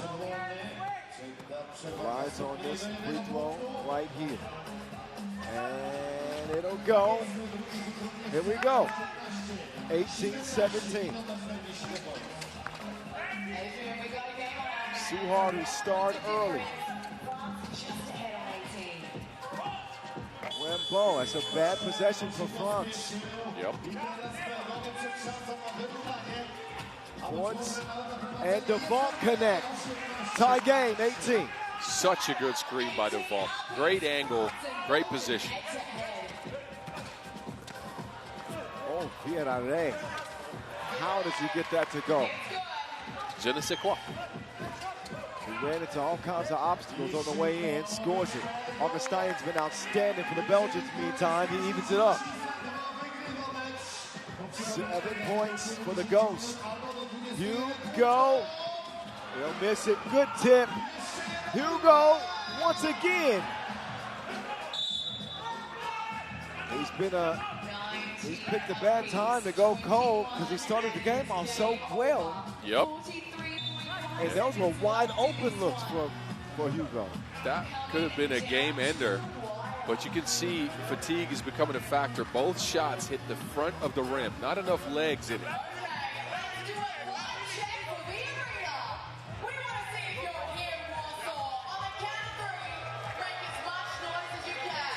Tight game here. You can really feel the tension.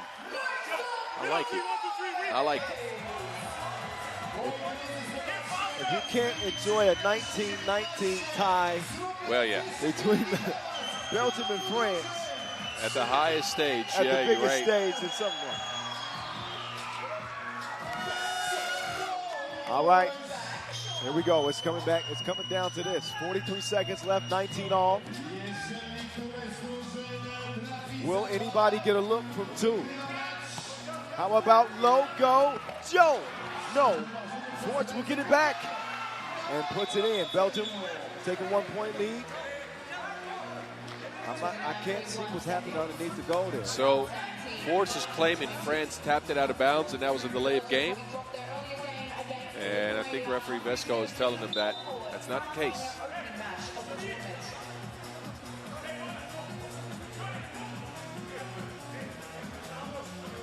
Okay, well, it's going to be France ball. We got 29 seconds left. Belgium on the doorstep. And credit to Belgium fight back in this game late. It was 19-16. Belgium on a 4-0 run to go ahead by 1 here, but they got to be careful. Suhard has been shooting even though he missed his last couple. And they go with Suhard, Monceau, Villarreal. This is their best shooting lineup. For France, that is. Yep.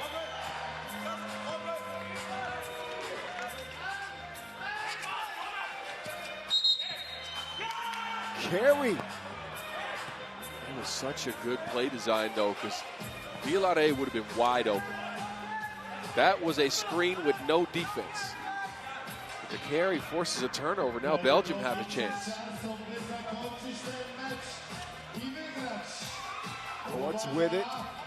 Hirare defending. Forts whips it to the wrong color jersey. They'll get it to Hugo. Here comes Hugo. Behind the back move. Pull up. There Hugo again. Boss. France win. Kill shot from Hugo Suhar. There the 2 go from Hugo. That is ice and ice cold. Suhard with 13 in the game? 13. That man was hooping. Wow. Incredible finish to that game. 21-20. France, Belgium fall to 0-2 to start this 2026 campaign. And that... Yeah, they're going to be watching this tape back, especially that last possession where Forts carelessly turned it over, trying to get it to the Volk. A bad pass, it was deflected, and that got France the opportunity. And you know, Suhard, late game, that man's a killer. He's definitely come with the right mentality to this World Cup. 13. And one more Pool D game to go here in the opening session. Brazil and Lithuania. This is going to be a potential wrestling match. Oh boy. Between two physical quartets.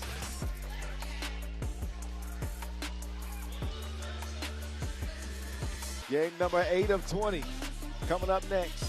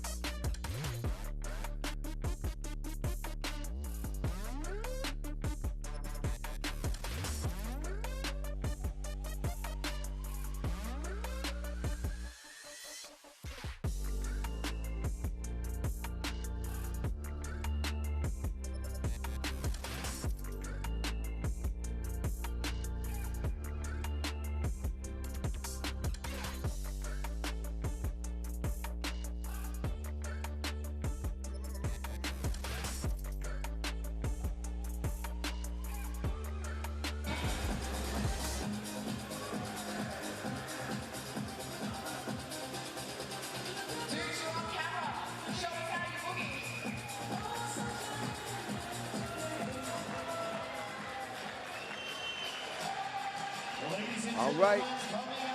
Lithuania, Brazil, anyone? And the Lithuanians look great in that 7-point win to start off the day over Belgium. Brazil found themselves in an overtime fight with Puerto Rico that they did not come out on top. And they will be certainly considered to be underdogs against Lithuania here. If there's any way that Brazil are going to make this a contest, what can they do? I don't think they're going to out-physical Lithuania, right? So well, they can match them there, but what they need is to continue looking for the best opportunities possible, right? And I'm talking, can we get Melo involved on a lot of seals that don't start in the paint, but more on the outside where he just has a run-in for a layup to prevent him from getting tired? Can we get anything out of Wireman at this point? He had 1 point in their first game. He's their gunner, right? He's their shooter. He's going to need to show up. And they need to play that physical defense that we saw against Puerto Rico. But I think Lithuania is a more gifted offensive unit than Puerto Rico. So this will be a tough one for Brazil. No distinct advantages for the Brazilians in this one. And Lithuania coming in confident. For the refreshed Aurelius Bukelis. Ignas Vladkus to lead his troops into the square. And a new weapon added to the mix this year. This kid is going to be, he's definitely somebody to keep an eye on. Rokas Josis. Yeah, he opened up play with a 9-point outing in your first senior men's national team debut. You come up with 9 points, 3 of 6 from range, 3 free throws as well. That was, he outplayed both Pukelis and Jalgis, normally the 2 leading scorers on this squad. Makes them even scarier. Yes.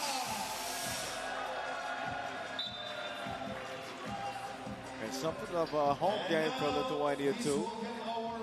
With all the fans making the trip here to support.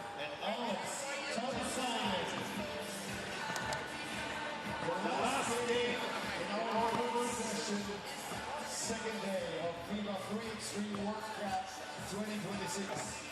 And remember, if you don't have tickets to the sold-out second session, not a worry. We've got TVP Sport in the fan village. They've got a live stream of that second session. So you're going to be able to watch your national team, Poland, play later this evening. Moi drodzy, druga sesja jest sesją biletowaną. Cała arena wyprzedana. Jeśli ktoś z Państwa nie ma biletu, będzie zmuszony opuścić arenę. Natomiast mamy tutaj zorganizować, że można spędzić całe południe, między innymi z reklamą telewizyjnego TVP Sport, czy transmitowane są wszystkie mecze.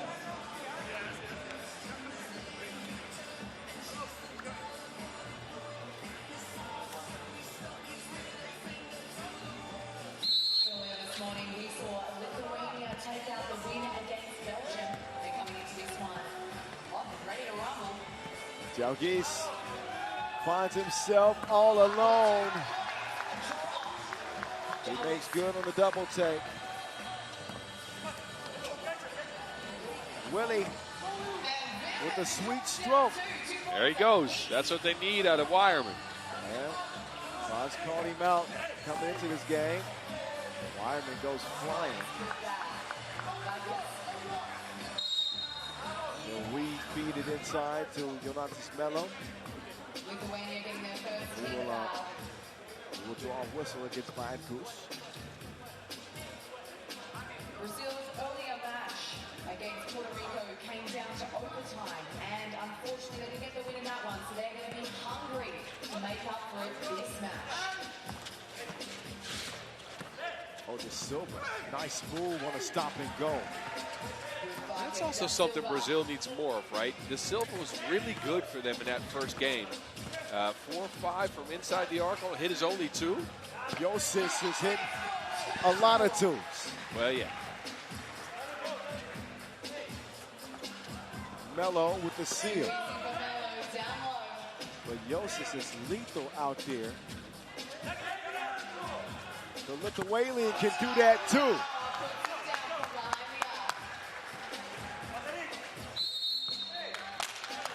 7-4 Lithuania with a couple of deuces going.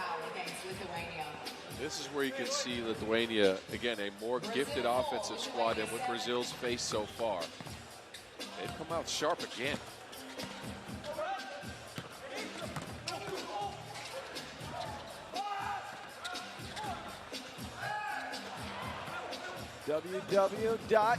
finds De Silva. Oh, he was trying to volunteer foul. It's totally off top of it. Doesn't Wireman look a little bit like Las Manas? Just take a glimpse at him next guy. So I'll give you Las Manas crossed with Robbie Hummel. Shout out to both of those greats. Oh, pass just a little bit out of the reach of Jalgis. It was deflected along the way. Let's hear Lithuania fans. Get loud. I can hear you. Right, Goose. Melo, too strong. Bukelis comes away with the rebound. He tells Yosis to come get the rock. Screen and roll game is run. Buki throws it in reverse.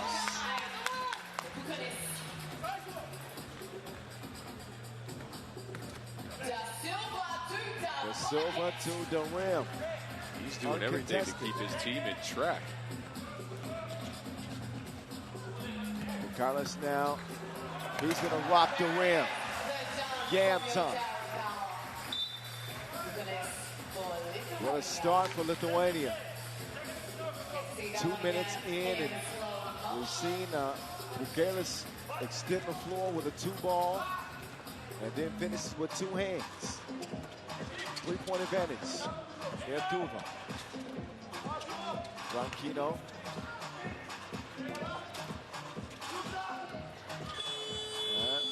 Did that go? I think it did, yeah. I think that counts, yes. Wow.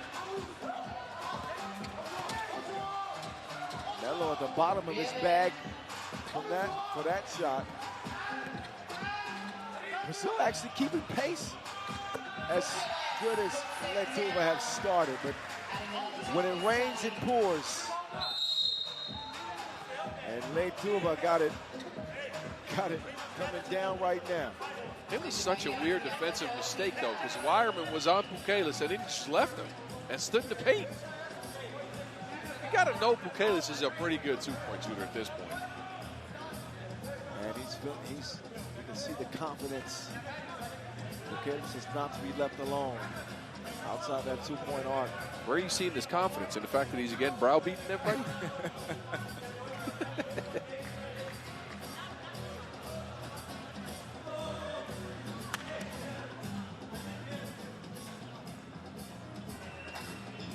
Three-point lead.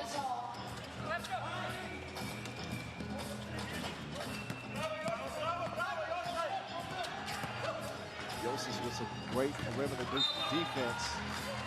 Jalgis locking things down on the inside. I am liking the new ad so far, Kyle.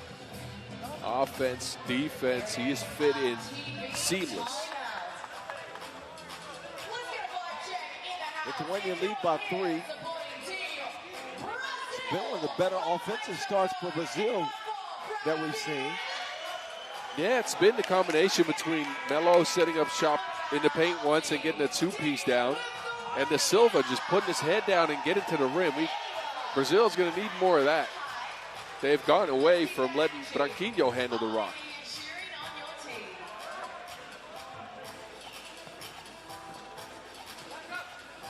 Now Branquinho will fire, and it's the Silva doing all the work. That counts with the foul. Big rebound from the Silva. He's really, really applying himself to this game. Look at that finish. With the contact as well. Could get up to 5 points from the free throw line here. Look, if anything, you ask what it would take for Brazil to stay close in this game. It takes this, De Silva going to work. A big dose of De Silva. He's been the man for Brazil. He's going to get another chance at the line. Lane violation call on Pukelis.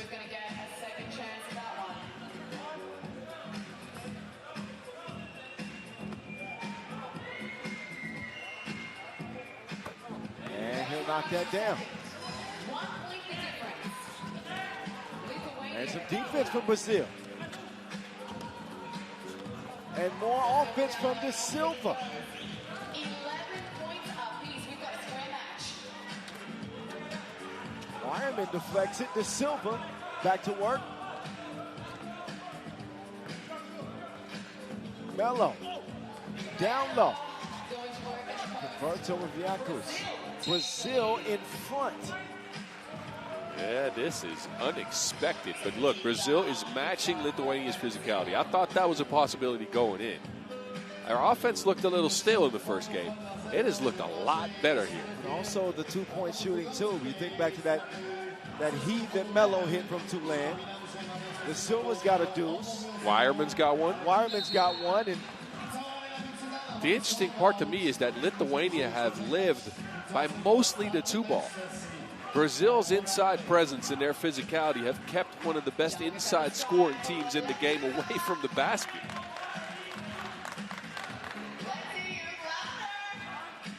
the time it's Ivaldis Jelgis shooting and connecting at the free throw line.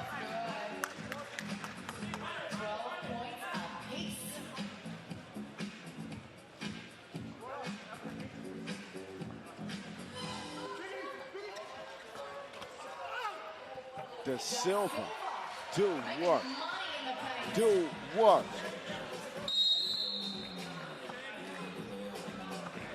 Foul on Jalgis.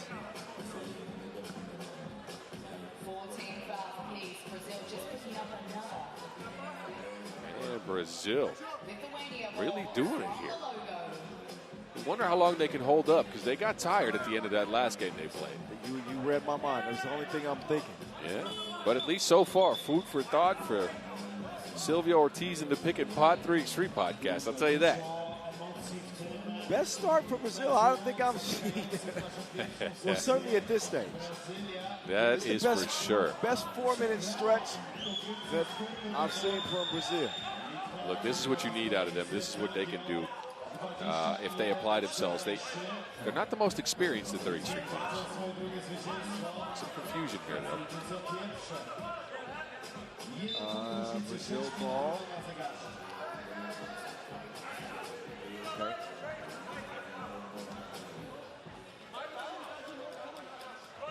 Okay, That's we're gonna right. Brazil copied play a on now. brutal overtime loss against Puerto Rico. Hungry to get a win. Lithuania already coming off one win against Belgium. Silver's pass just out of reach. Jalgis will wait. Wasted a lot of time here to settle for a 2. And the offense from Lithuania a little bit unsettled. Rhino on the charge. They'll miss it. Jalgis lets Vaidku step into a 2. They just put a little bit too much on that. Still just a hair on this one. It's Brazil 13, Lithuania 12. How about Is great patience, man. Did you see the pick and roll combination there between Branquinho and Melo? Melo just kind of shifted and shifted and shifted until he was in position. Then he got the lob pass and forced Lithuania into their 6th foul. Yeah. Sealed Bugelis.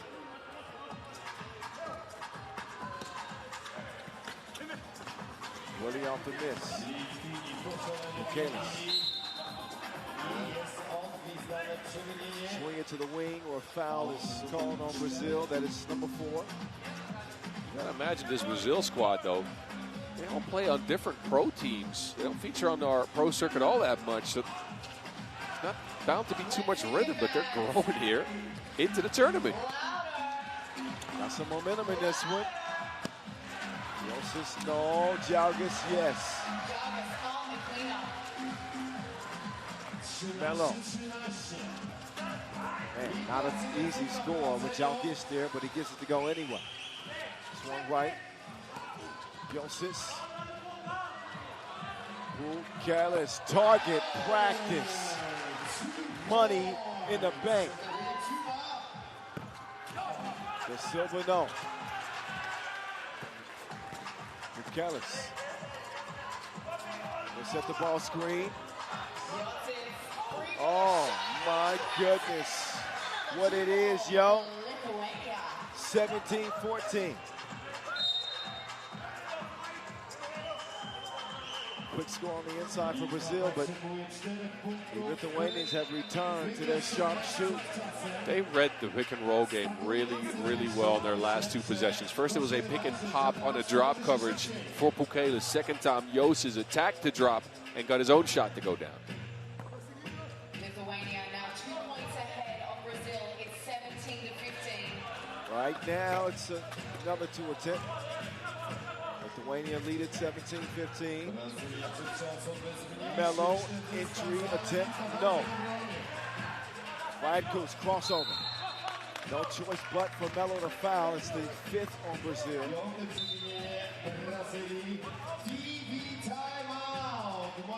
So the Silva has been outstanding for Brazil. He got 7. Bugelis leading the way for Les Duvants with 8. I'll say this, though. De Silva, after a really hot start to the game over the last couple of minutes, has been a little bit quiet. He's deferred to Melo, which I don't mind. Melo's been setting up shop in the paint. But you'd like De Silva to apply himself again. Man, he deserves a rest as far as I'm concerned. You don't rest during a 10-minute sprint. What are you doing?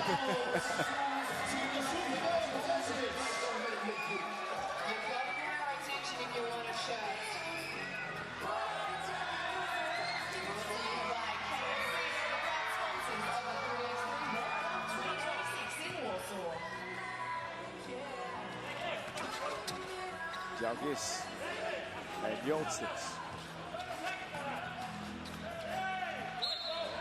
Well, that is a turnover. That is exactly what that is.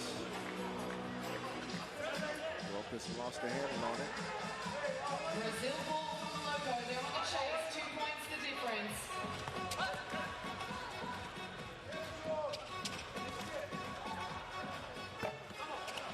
Ironman off target.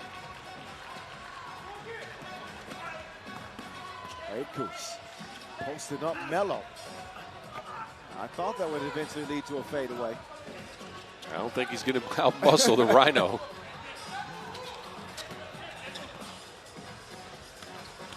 Leo Braun. Excuse me. That was a Euro step with some feijoada on it. A Euro step and a half with okay, it must be some Brazilian cuisine, huh? Yes. Oh. It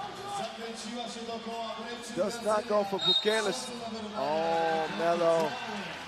Trouble. He had great position inside, too. Yep. And then he tried to clear out some space and stepped.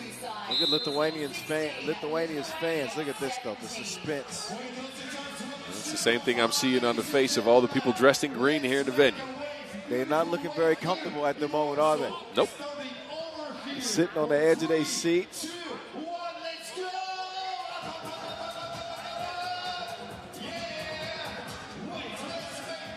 With 2:51 left.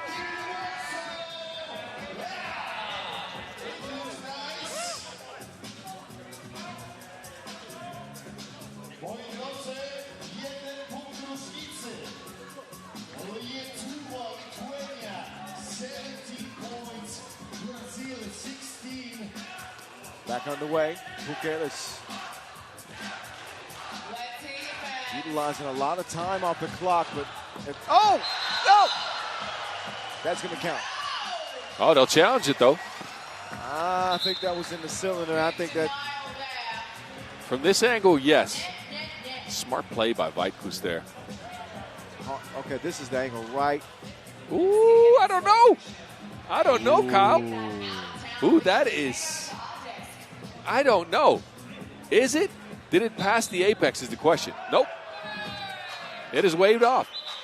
Wait. Oh, never mind. Basket count. Wow, okay.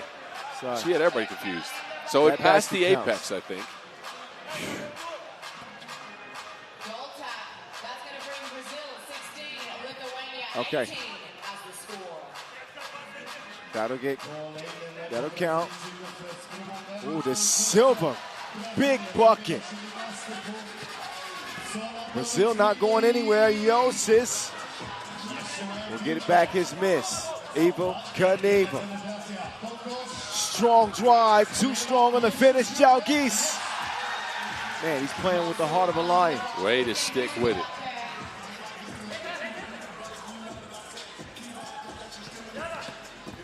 Ronquino has not done a lot in this game. And that would not help his squad. It has been De Silva or bust, mainly for Brazil. Melo a little bit. Yeah, Melo's contributed. But with 2:05 left. They're going to get it to the Lithuanian, and he will miss the two.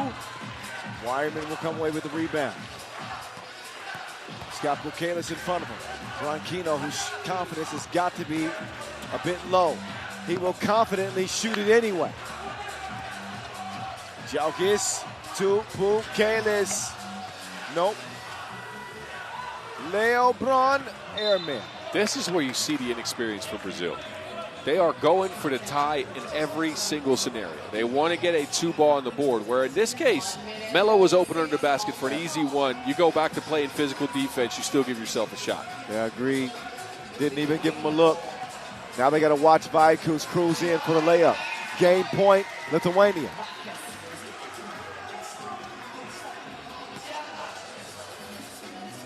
The silver bullet is shooting to kill.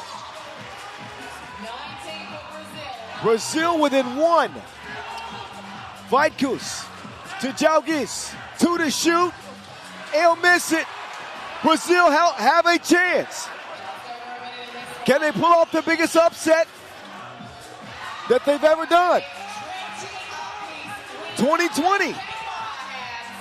What a game. Uh-oh. Wireman. Okay, they had one to give. But this is a scary ending here. It sure is. De Silva checks out here. He's gassed. I don't think they need De Silva to sit down right now. No, timeout on the floor.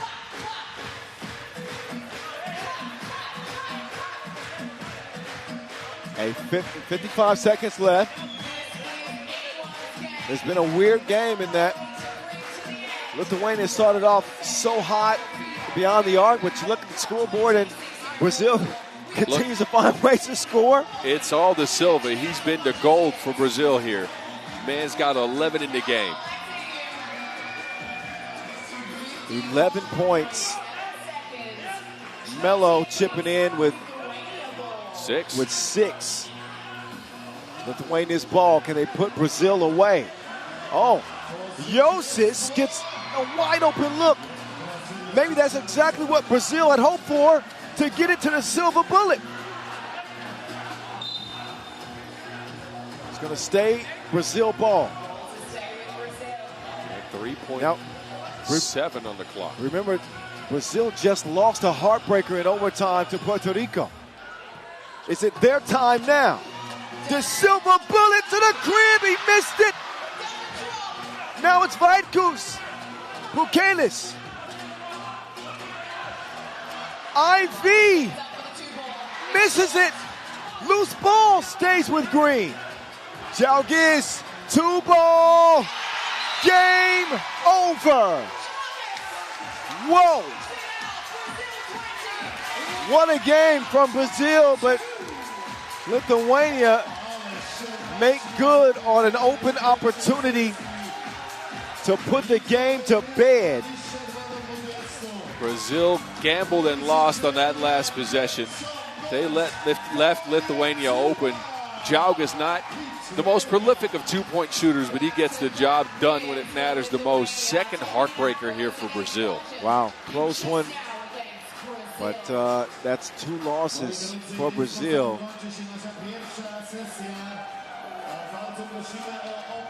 And They got 2 wins. They got the shot they wanted, yeah, too. for Lithuania. Well, we've got session break coming up for about 35 minutes. Next Czech ball here in Warsaw. We'll go down at 4:40, Japan and Ukraine. So Bozanov will step aside after that wild finish and get recharged for the rest of the day. 12 more games on the schedule. Day 2's action here at the World Cup will continue. We will see you in 25 minutes. Don't be late.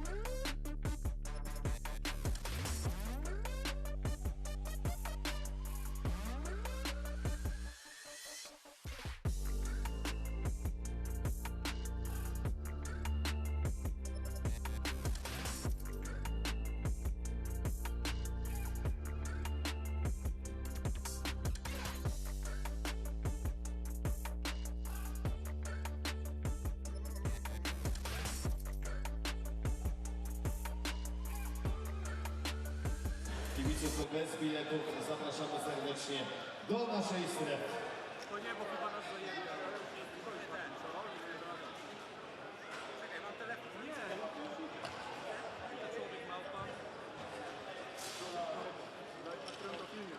Raz jeszcze prosimy o opuszczenie areny wszystkich kibiców. Zrobimy porządek i rozpoczniemy drugą sesję. Wtedy zaprosimy kibiców z biletami.